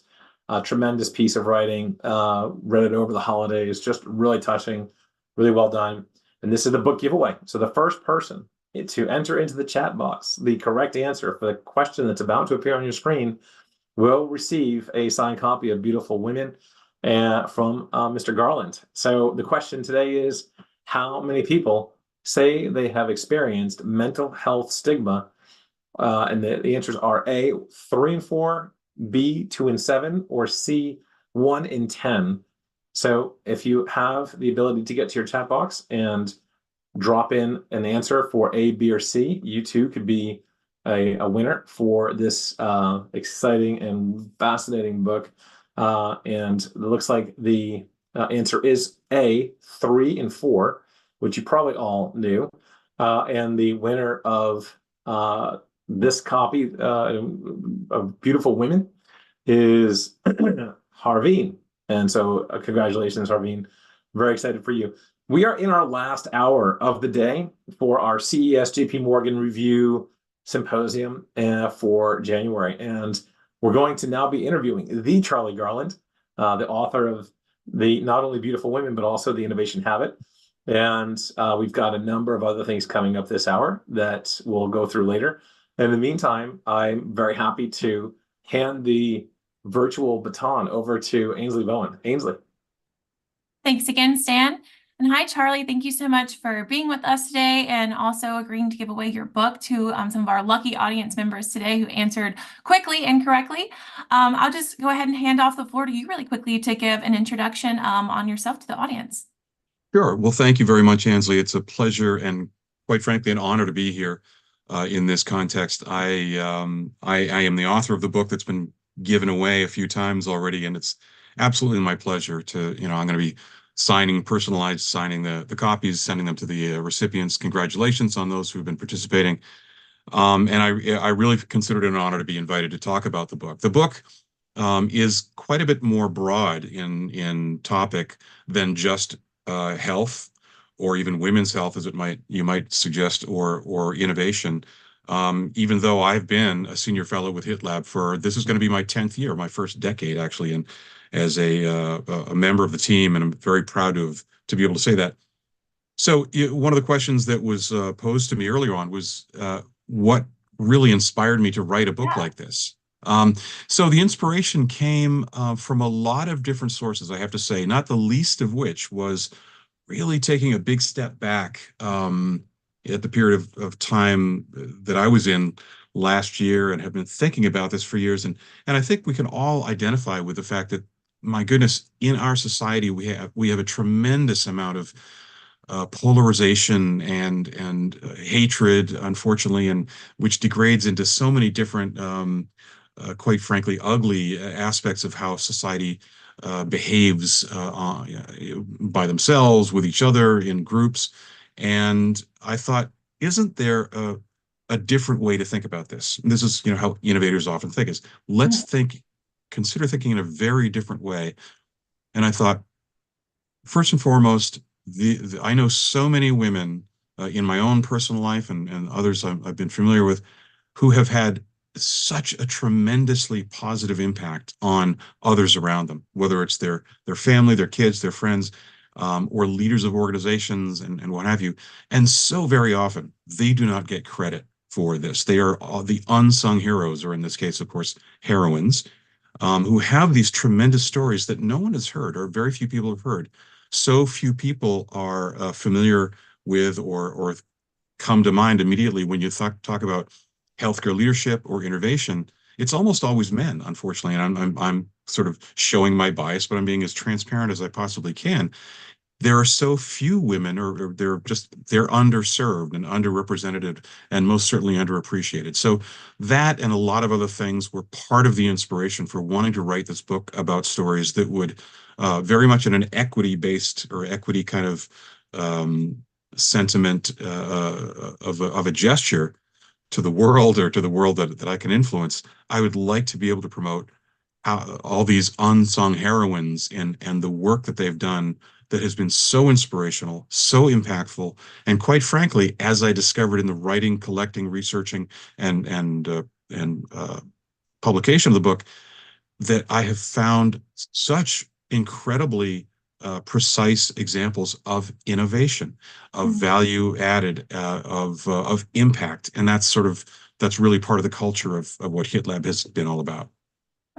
Well, I think that is absolutely a beautiful way to start this off, and just kind of talking about the background and what motivated you to write this book. And I think it's a great and an amazing book for everyone to read and to really learn more about. And when you were writing this, who was the intended audience for this book, and what is the overall impact that you hope that it will have on them? Great question. In the beginning, I really thought, wouldn't it be wonderful if I could use these inspiring stories to inspire many different people in many different ways, almost sort of in a grassroots kind of fashion, to have them kind of sit back and contemplate the inspiration that comes from these stories, and say, maybe there is a different way to think about this. Maybe there's a different way to take leadership of myself and leadership of others. And so, and how can we move the needle? How can we change things? I did not think in any way, shape, or form, nor do I, that this is going to have an immediate impact on society. We're not going to turn around these challenging elements of how the world is behaving. However, if we can change one mind, one heart, one life at a time, it's worth it. It really is, and I think we can do much more of that. And so the intended audience is really those who are in a position of leadership to help ultimately inspire others to learn, to evolve, to perhaps consider taking the opportunity to change their outlook on life, their worldview, the decisions they make that impact their own lives and lives of others around them. So people like teachers, people who are perhaps counselors, psychologists, leaders of mental health and behavioral health, and folks who are leaders of corporate organizations or nonprofits, what have you, people who are in a position to be able to provide that communication on a mass level and provide it in an inspiring way that really could help take what I tried to focus on in my analysis of these stories. There are 25 of them, by the way, throughout the book, of women who have had such an impact on someone else who has then themselves had an impact on the world around them. And I've analyzed and highlighted individual elements of, wow, this is innovation, and here's why it's innovation. Here's very specifically, this matches my fundamental definition of innovation, and how the components and tools and methods, they're all used by these women. And I don't think they ever thought of themselves as innovators, but they all had an impact, and they all embraced values, what I call love-based values, which of course is a subset of the values that we all sort of consciously or unconsciously embrace that affect our behaviors. So people who can have that kind of communication leadership and influence upon others to lead them into new thinking, new behaviors, and new outcomes in their lives, that really is the audience that I'm focusing on.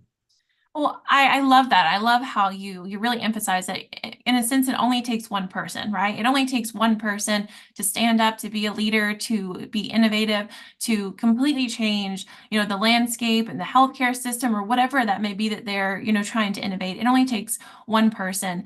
And I think it's really great how you really, realize that one person can have such a huge impact on someone else and not even realize it. And then, in fact, that does make them an innovator themselves. So I think that was wonderfully said. And I love that. It only takes one person at the end of the day.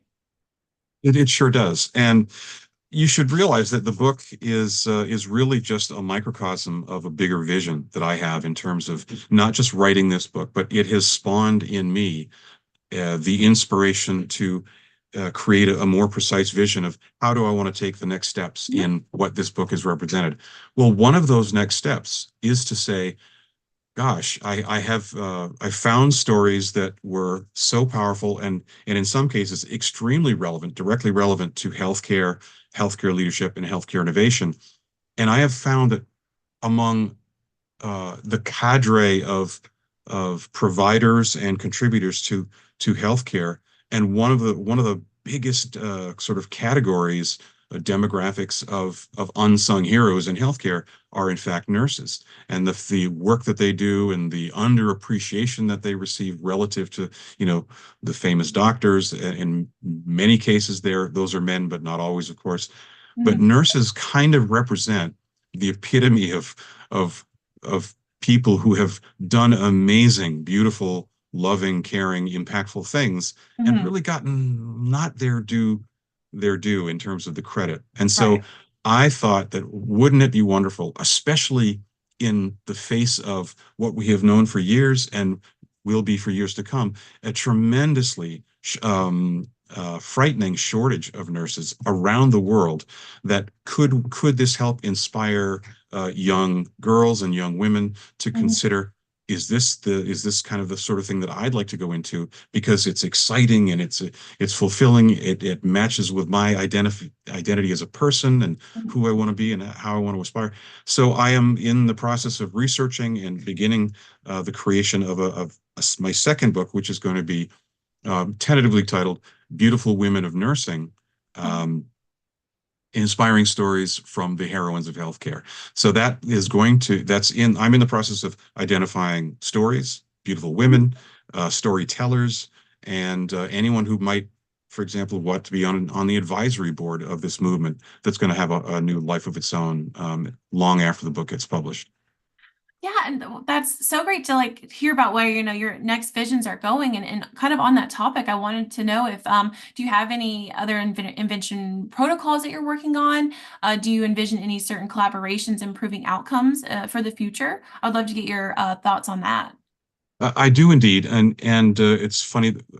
One or two of the earlier guests that I've watched today, which were wonderful, were talking about behavioral health and mental health. And of course, when you talk about innovation and having an impact, a lot of that sort of looking at the root causes of how does that impact come about? Well, it's because we are able to change and evolve and grow and mature the way we look at the world, the way we respond to the world, the way we understand how the world works, how our own mind works.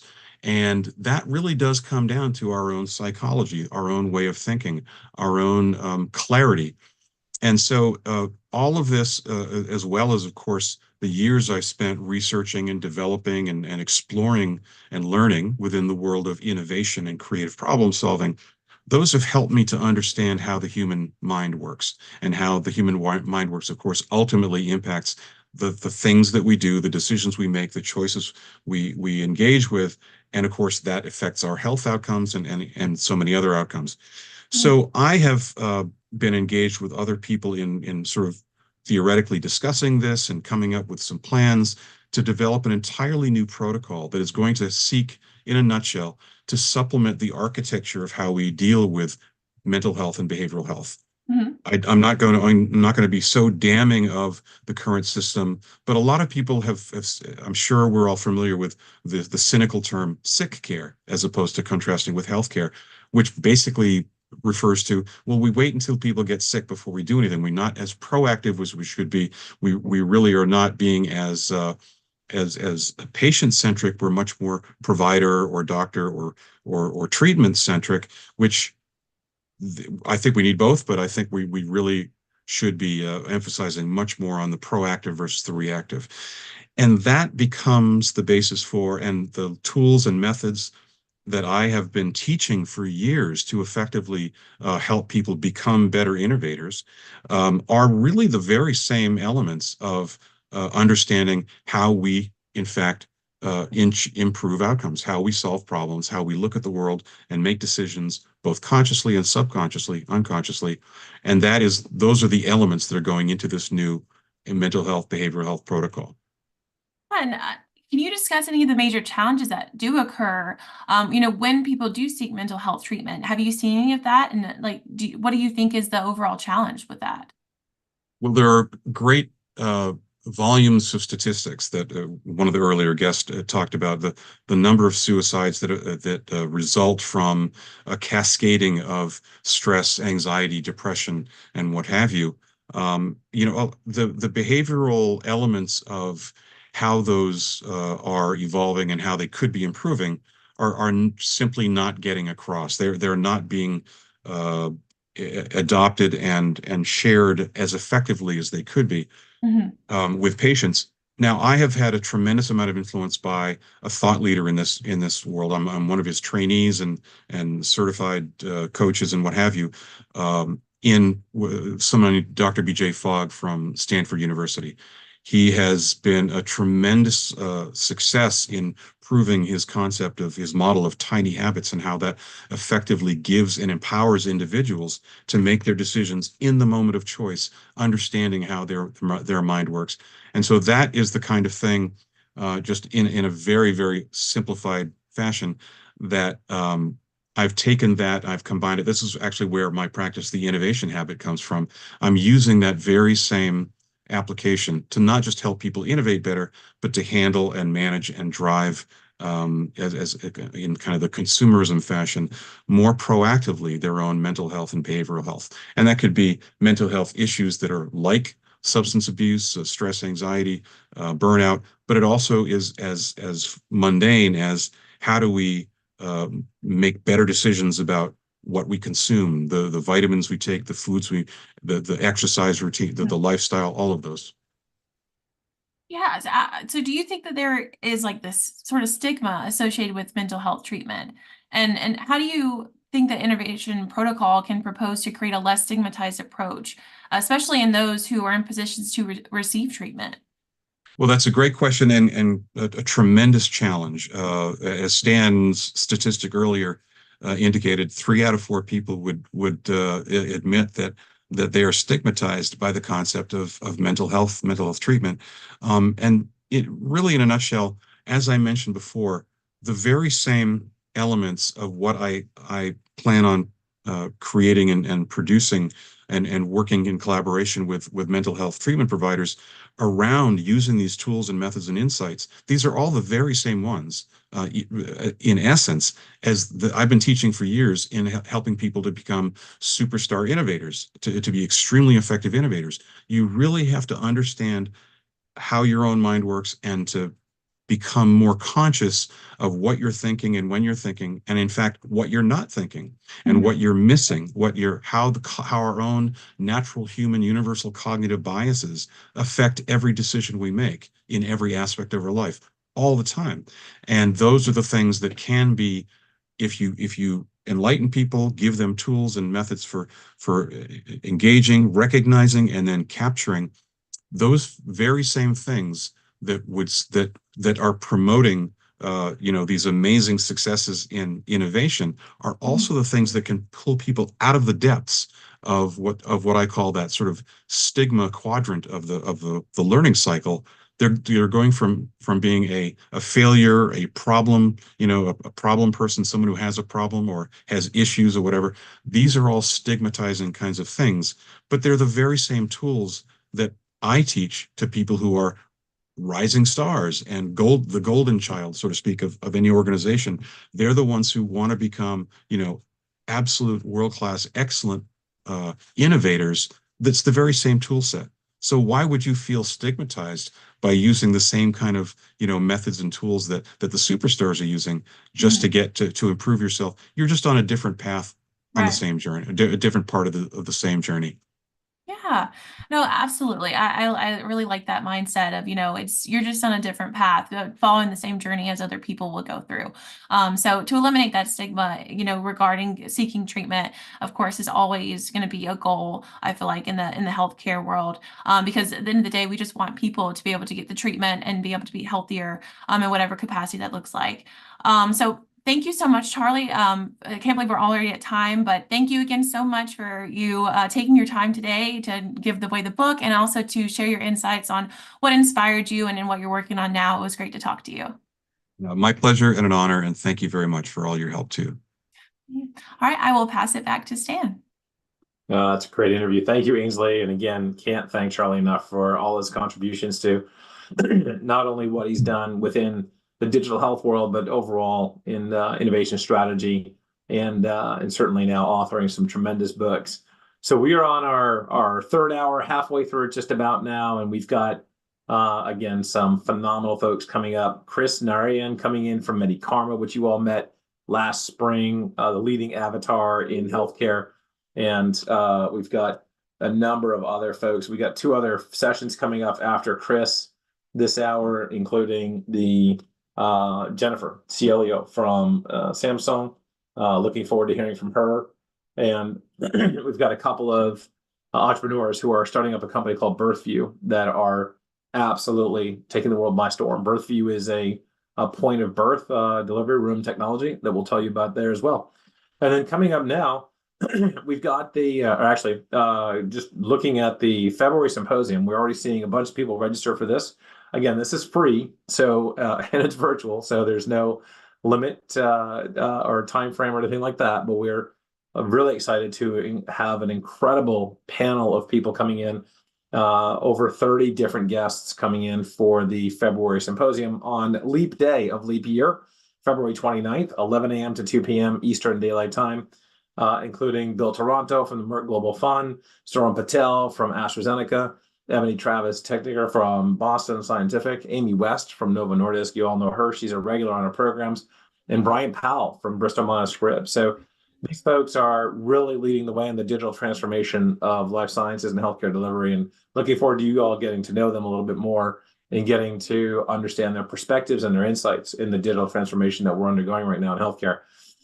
Now, to continue talking about JP Morgan and CES is someone who knows a lot about both of those meetings. He lives in Silicon Valley, and he is a stalwart. He's a founder, and he's done an exit in a previous startup, and he is someone who understands tech and healthcare as well as anyone I know. Really, really good to have you, Chris, and thanks for joining today. How are you doing? Thank you, Stan. But before I get started, first, thanks for organizing this. I find this HITLAB Symposium great service to people like us.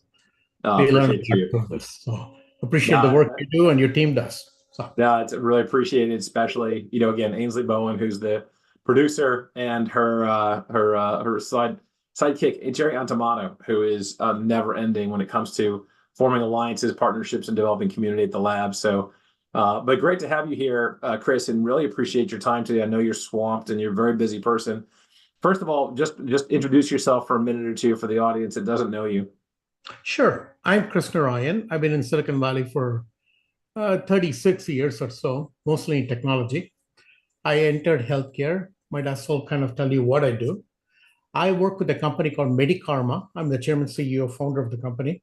And the idea of Medikarma is pretty simple. To come up with something super cool. I was observing your chat before. And something interesting that can get in your head, makes you attracted to use this product through some cool features. And the more you use the product, the more you talk to Jill AI, our basically health coach, the healthier you get. That was the premise behind Medikarma.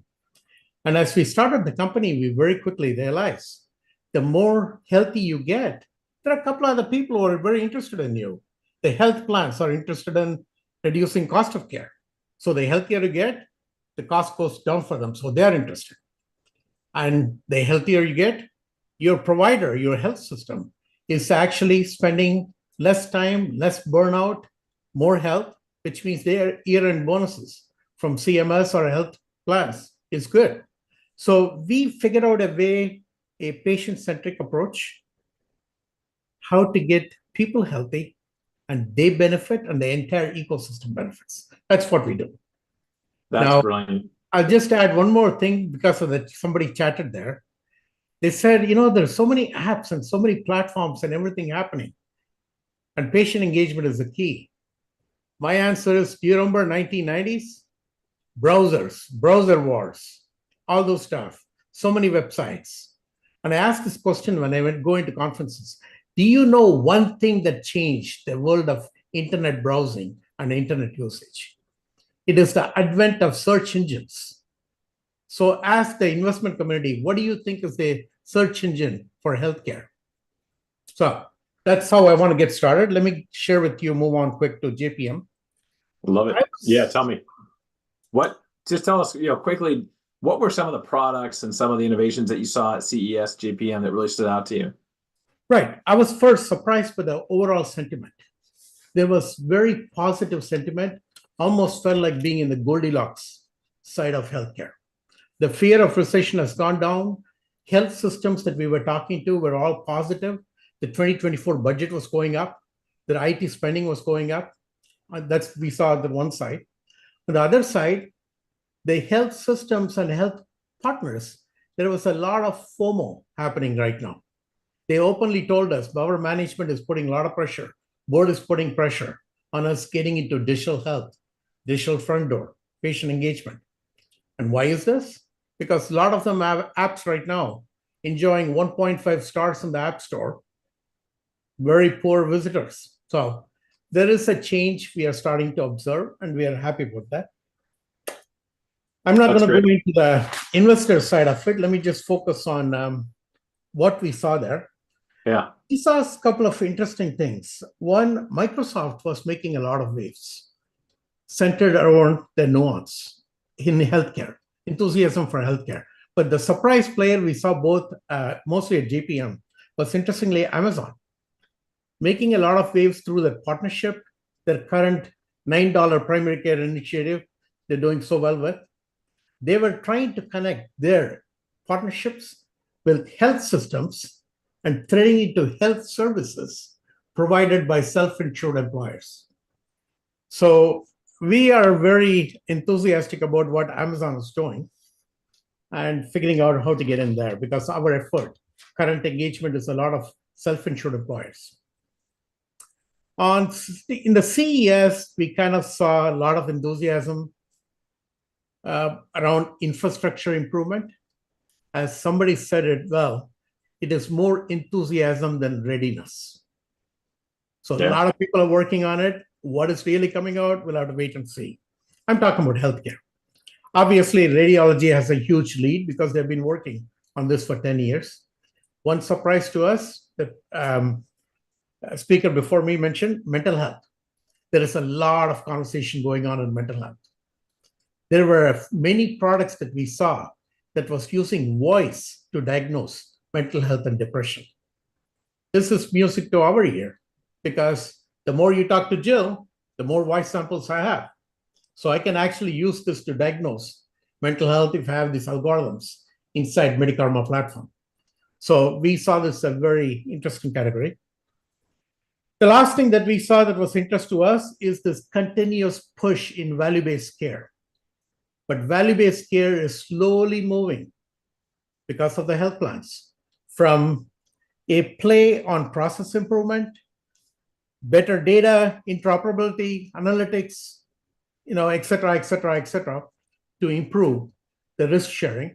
It's going more towards the realization that patient is the key.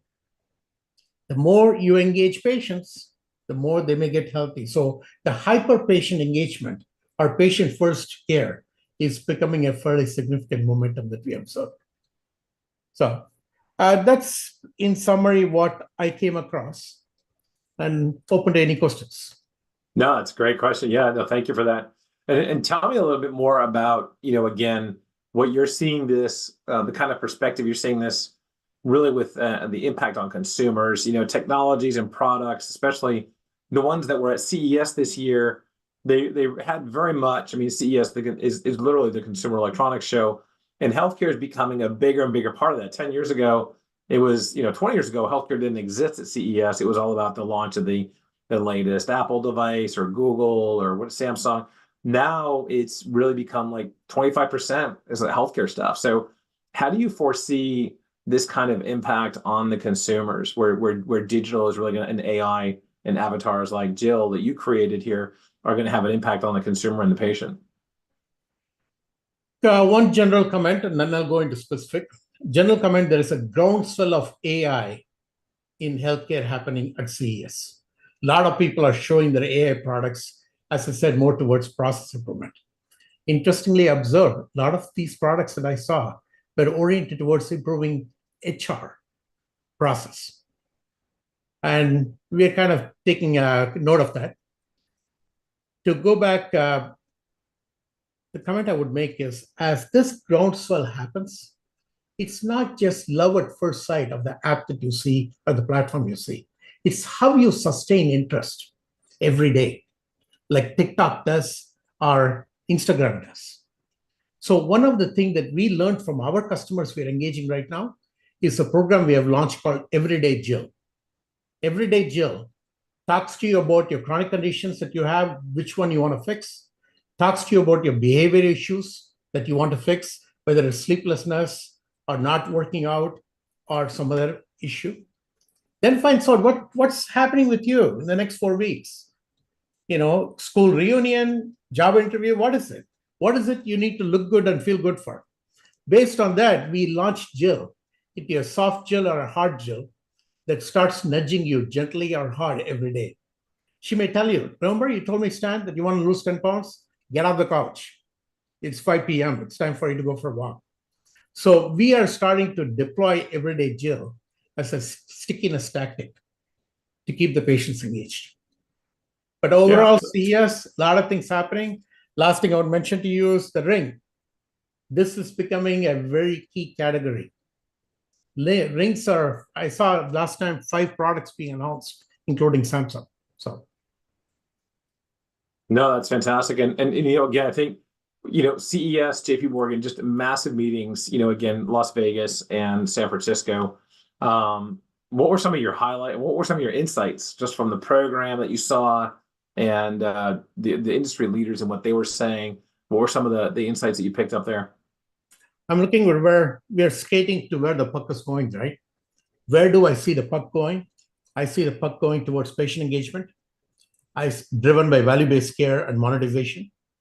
I see the puck going towards more and more conversational AI interactions.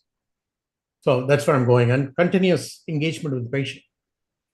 So that's great. Well, look, Chris, again, great job today. Thank you for giving us the report from the inside on what's going on there and how it's going. And looking forward to having you on the program again soon. Take care. my pleasure. Thank you. Just a tremendous amount of insight and perspective from Chris Narayan. Again, a healthcare veteran, someone who's a Silicon Valley veteran. He already took a company up, sold it for a lot of money. Now he's on his digital health startup, Jill, the Avatar. So just super exciting. Don't forget to sign up for this new event that is like going to be JP Morgan comes to New York City. It's called the New York City Health Innovation Week, NYCHI, NYC HIW. NYCHI is going to be the world's first major meeting in New York City just focused on health innovation, from Columbia to Cornell to NYU to Mount Sinai to CUNY. Again, remember, there's 4 of the top 25 medical schools reside in New York City. We're going to have folks from Merck, J&J, Pfizer. Everyone's going to be hosting stuff, cocktail hours. So instead of having the big HIMSS or HLTH meeting, this is going to be your time to join a series of meetings, a festival of dozens of different cocktail hours, breakfast meetings, brunches, etc. So sign up here for NYCHI 2024, the first ever New York City Health Innovation Week, and it'll be going forward for decades to come, the second week of May. So looking forward to seeing you all in New York City, May 5 through 9, and feel free to ping us with any questions there. Next up is the company I was telling you about earlier this afternoon. Is called BirthView.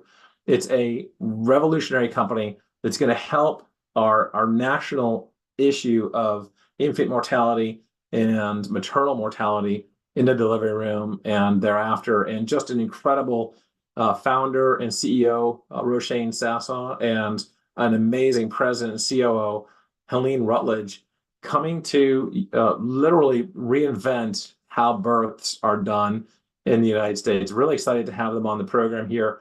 And again, Roshane and Helene, welcome to the program. Good to see you. Thank you. Thank you. Pleasure to be here. And pleasure to have you. And conducting the interview and working and talking to them will be our own Riley Fink from the lab as well. Riley. Thank you, Stan. And good to see you both, Helene and Roshane, again. Let's just have you both go and give a brief introduction, and then we'll dive into BirthView. So, Roshane, if you want to start, go ahead. Absolutely. Hi, Riley. Pleasure to be here. My name is Roshane Sasson, as Stan mentioned. I'm the founder and CEO of BirthView. Essentially, my role is bringing leadership to this company, cultivating a culture where we're really seeing the importance that we're having towards maternal health and infant health. I have a lot of software development background, and I'm here working to create a better future. Excellent. And Helene, over to you as well. A brief intro. Thanks, Riley. I'm Helene Rutledge, and my career has been in the healthcare industry with roles like Global Head of Open Innovation at GSK. And I'm also startup founder of 2 companies, Upgrade and most recently Mend Labs. And I'm really excited to be working with Roshane as President and COO of BirthView. Excellent. So let's dive in here. Roshane, I'll start with you as CEO. Can you provide an overview of BirthView and its significance in addressing the challenges associated with increasing C-section rates, the broader issues of poor maternal care in the U.S., and we'll tag team it. So Helene, feel free to jump in or add, but start with that, Roshane, please. Absolutely. So BirthView is working to revolutionize maternal health care by offering innovative digital solutions that empower patients and physicians, optimize the birthing process, and create a new standard that improves outcomes for supportive, natural, and unbiased childbirth experiences. That's the main focus of our company amidst a lot of the drastic statistics that we are seeing towards this. There has been a significant increase in complications during the labor and delivery process, and these complications can result in death, severe maternal morbidity, or even C-sections. But what's creating this massive rise in complications? Anxiety and worry, lack of childbirth education, insufficient healthcare providers, and maternal healthcare deserts spreading across America. With patients left stranded with nowhere to go, they don't have the innovation to empower themselves towards better outcomes. we're seeing a lot of these drastic rises in cesareans and complications. And with statistics showing that over a third of C-sections are medically unnecessary and 80% of these deaths are preventable, we immediately understood that there was a disconnect between patients, physicians, and their desired outcomes. And that's the integration point where we're making. And Helene, what really drew you to BirthView? I mean, it's such an amazing tool, and obviously the mission of, improving, just the overall conditions of maternal care in the U.S. is so inspiring. But what really brought you in to want to be a part of BirthView? So the mission is incredibly important right now. I don't know how many people are aware that in the world, the US is the lowest of all the developed nations in infant mortality rate. So, and that's really an indication of the state of a country's healthcare system.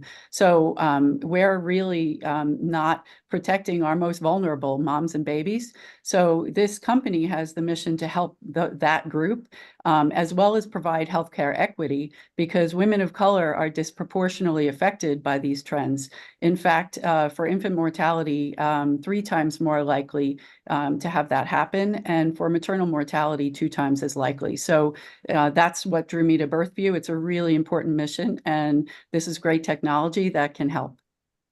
Yeah, thank you for sharing that. I think that's a really key aspect that might go overlooked, certainly the 2 parts of it. First of all, for the US being such a highly developed nation and spending so much of its money on healthcare, to be even close to anywhere near the top or higher in terms of mortality rates or anything related to maternal care, that's a huge disconnect to what you would think that the US would be capable of. And then also you're touching on the importance of inclusivity in our healthcare system. So not only are we failing kind of the broader population, we're really failing those that need us the most and need something such as your technology to really make a difference in their lives. So looking at 2024, what does collaboration mean for BirthView? What initiatives or strategies are being planned to enhance the maternity departments, optimize care, and improve overall childbirth experiences for women? So I'll start with that, and then Roshane, you can jump in. Collaboration is so important. It's really fundamental to how BirthView works, because we start by listening to the needs of our stakeholders so we can address their pain points.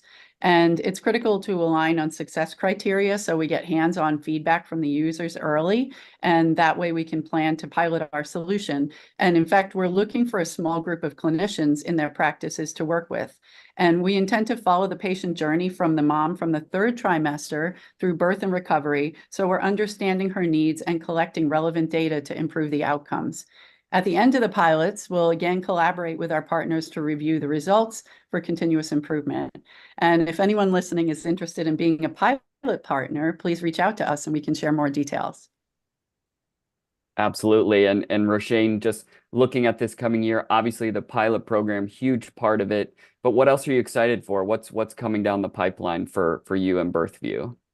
Well, we're excited overall for the outreach that we are having. We're looking at patients, and that's where this originally started. We wanted to have a solution where patients could really see the benefit of this, because after having numerous interviews with women, we understood a lot of their pain points, how contractions were, how they felt neglected, uneducated. So we immediately knew there was a need for this.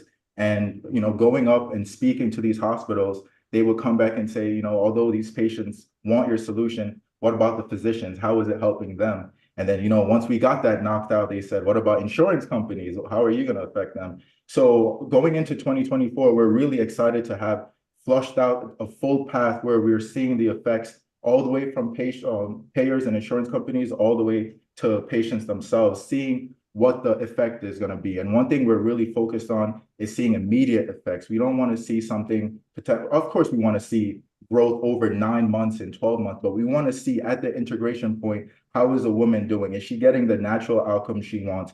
And all of our goals and all the steps we're creating is paving that path where we are generating OBGYNs that are interested in finding pilot sites. So, a lot of things are coming to fruition, and we're really happy about that. Yes, it's amazing. And definitely reach out if you want to connect with them. we'll get you out of here on this. So just talk a little bit about, I've seen you both at our in-person summits, got to connect with you personally. What does the HITLAB network do for you, or what does it mean to be involved with HITLAB at these virtual and in-person events? I could start if you Okay. want. Personally, it was monumental to say the least, because the core aspect of HITLAB is what they initially told me at college: networking, find the right people, get pointed in the right direction, and that's how you get help. Everyone struggles doing things alone, but if you have the right people behind you to support you, and that's exactly what HITLAB is. They help point me into the right direction. When I had certain confusing aspects, they helped me clear things up and understand, hey, this is the best way to go. And even things where I struggled in, I felt confident that they truly had my back. So, that's, if anything about HITLAB, I'll say it definitely helps to point you in the right direction and get you into the right doors. And to add to that, I would say, what a community of experts. So the fact that the people that you're networking with are the ones who have gone through the struggles that you might have, so can save you time and really point you in the right direction for resources. It's just having the right conversation with the people at the right time can just really spring your company forward versus taking a lot of time trying to figure it out on your own. Yes, and we are certainly happy to have you as a part of our network, so you can help share some of your learnings and enhance our community of knowledge. You certainly both do a great job of that, and we love having you on here today. And thank you for sharing, and we look forward to not only another session virtually, potentially talking about some of the successes that are coming for BirthView, but also at our next in-person event. Be sure to stop by and say hello. And thank you so much for sharing today. Thank you. Thank you. Pleasure being here. All right, with that, I'll send it back over. Thank you so much for that, Riley. And thank you so much, Helene Roshane, for giving all of your insights. And it's always a pleasure to have you on the program. And I'm so excited to have the last session of the day. We will be having Jennifer from Samsung Health. And Jennifer, if you would please give an intro to yourself to the audience. Hi, good afternoon. I didn't realize I was the last one. So I hope everybody still has a little bit more attention. I am Senior Manager of Partnerships and Business Development at Samsung Health, and we're part of the digital health team based here in the US. Awesome. Yeah. And as we know, the topic of this symposium is around JP Morgan and CES. I know that you attended CES. So I wanted to get from your perspective, why are conferences like CES important for professionals in health and wellness industries? And how do you feel like these conferences contribute to staying informed and connected with this rapidly evolving landscape? Sure. So CES is a tremendous opportunity to learn about the major players in technology in a hands-on way, all in the same place. And it helps you to consider the impact that some of these technologies may have on health and well-being, and whether or not they're implicitly built for that purpose. So I think about how technology just surrounds us, and it rapidly changes our culture and our relationships with one another. And even the operations of our daily lives. And so the question becomes, how do we stay ahead of that change and the implications it may have towards our health and well-being? So, being there in person, there's something about trying things out for yourself that you can't quite simulate or explain on a website or a slide deck. So definitely being there in person was a fantastic experience, as well as engaging with all of the folks around you as they also engage with the technologies. It opens your eyes to other possibilities and user experiences that you yourself, haven't come up with. Yeah. And kind of, at these conferences, we know there's a lot of exhibit booths and how do conferences, like CES facilitate industry collaboration and networking? And can you share some examples of valuable connections and partnerships that have emerged from your participation in such conferences? Sure. So just to set the stage, and this has probably already been discussed today since I'm the last one, but there were 135,000 attendees at CES. And not to mention that there were great distances between some of the conference venues. Like one day I got in almost 20,000 steps just being at the conference. So you have to do your planning in advance. So that being said, it's easy enough to find your tribe. So if I'm looking for digital health folks like myself, there are tours that are specific to digital health. There are also networking events, of course. And you can also purchase a separate track specific to digital health, and it would allow you access to a digital health summit that was actually running concurrently with the conference. Oh. And then in terms of connections and partnerships, I won't mention any specifics, but I can tell you that in the weeks leading up to CES, I was already networking with folks who had planned to attend, and then meeting them again in person. Of course, that just made that that connection a lot deeper. And then, of course, there are lots of people who I've already met in person, and so it was just like one more touch point and one more shared experience that further opens the door for future collaborations. So, well, and actually on that topic of collaborations, I would love to have the opportunity to speak about the collaboration with Age Tech Collaborative from AARP to create the Samsung Health House. So if you would please share your screen with us and walk us through that experience. I've been waiting to hear about this from you. Sure, absolutely. Great. I couldn't help myself.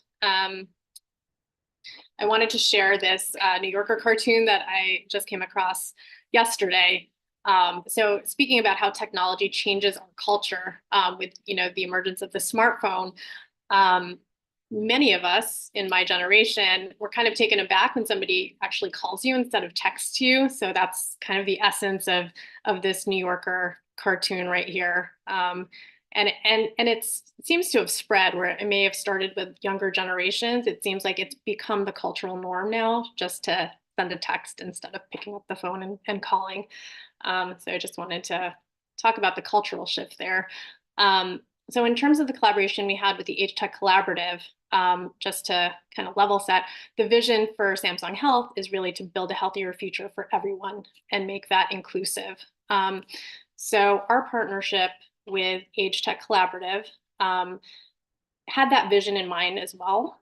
So in case people in the audience don't know about Age Tech Collaborative, it's a startup accelerator focused on technologies that empower people to choose how they live as they age.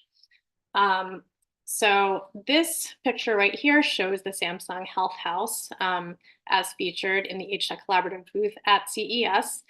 And it's meant to illustrate how innovation can help those folks age at home. AARP has a statistic that says 77% of adults want to age at home.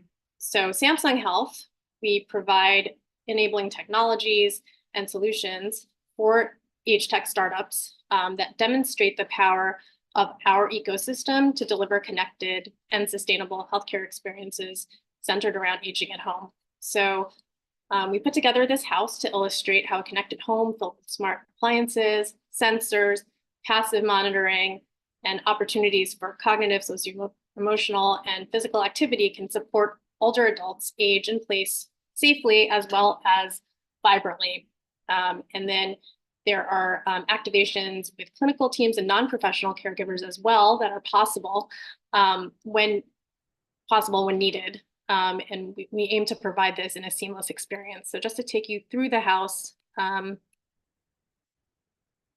this is the living room. There's an interactive game board on the coffee table there. There's sensors on the wall that can detect things like elevated temperature, elevated blood pressure, heart rate, etc. In the kitchen here, we have Samsung appliances. So some of the smart appliances, you might be able to get an alert, for example, that your mom who doesn't live with you has opened the refrigerator at 3 a.m. And it might be something you want to ask about, like, oh, mom, you didn't sleep well last night, like what's going on? So it's really aimed to monitor somebody, but in a non-invasive way where you're not placing a camera in the home. And just to take you further through the house, there's a smart bed that detects vibration. So while you're sleeping, if you're snoring, it'll elevate the head of the bed for you until it detects that you're no longer snoring. There are some ambient sensors in the room as well, again, detecting some of the vital signs and any fluctuations that may occur there. And then here in the bathroom, some of the technology here, there's a smart toilet seat that takes your blood pressure every time you sit on the toilet seat. There's also a scale that gives you a balance score, so you can see, what your fall risk is any given time of the day. And you can then associate it with things like medication or other activities that may affect balance, such as when you first get out of bed, your blood pressure may be low, for example. And these are the 10 companies that were featured within the Samsung Health House. The HTech Collaborative actually has a portfolio of over 120 companies, but these are the 10 that were featured. And in the middle here is sort of a prototype that we developed for CES, just showing how all of these various technologies, smart appliances, can be seen on a dashboard for the caregiver so that they can easily see how their loved one is doing just in one glance. Wow, this is amazing. And this was, you had this whole display at the CES conference, correct? Yes. Yeah, That it was is so cool. It was very interactive, and it just sparked a lot of conversation. People would tell you their personal stories about, maybe their aging loved one or experiences that they've had as caregivers, and how this technology could have been helpful during those times. Yeah. Well, this is literally, I feel like what the CES conference is all about is kind of showcasing different technologies and digital health tools like this. And so I'm super excited to see what this will take us into the new year with Samsung Health and really kind of elevating that wearables and, that the ability to really be able to monitor health to a new level. So thank you so much, Jennifer, for sharing that with us. And we definitely need to keep an eye out for this moving forward into the new year. Thank you so much. And thank you to everyone at HITLAB for this opportunity. Thank you again for your time, Jennifer. And I can't believe with that, we have wrapped up the first symposium of 2024. Thank you so much to everyone for your time today and joining us as usual for our monthly symposiums. And with that, I will run through a couple of just quick reminders. We have our Women's Health Tech Wednesdays every Wednesday from 12:30 to 1. So it would be great for you to join in. You could sign up with that QR code, and the link will also be in the chat as well. We also have our February symposium where we're talking about heartbeats of equality. We're going to cover important topics like value-based care, honoring Black History Month, and heart health. So it would be great if you could join and register for that. Of course, it is free as always. And thank you so much to our partners, Murray Global Health Innovation, Helix VM, Medidata, FFF Enterprises, IMC, Kinview, and then Collaborative as well. We're actually doing a challenge with them, so look out for that for our AAP Age Tech Collaborative Challenge. And with that, I would like to thank all of our HITLAB staff who makes all these events possible. It truly would not be able to run and operate without everyone. And with that, I will see all of y'all at the next month.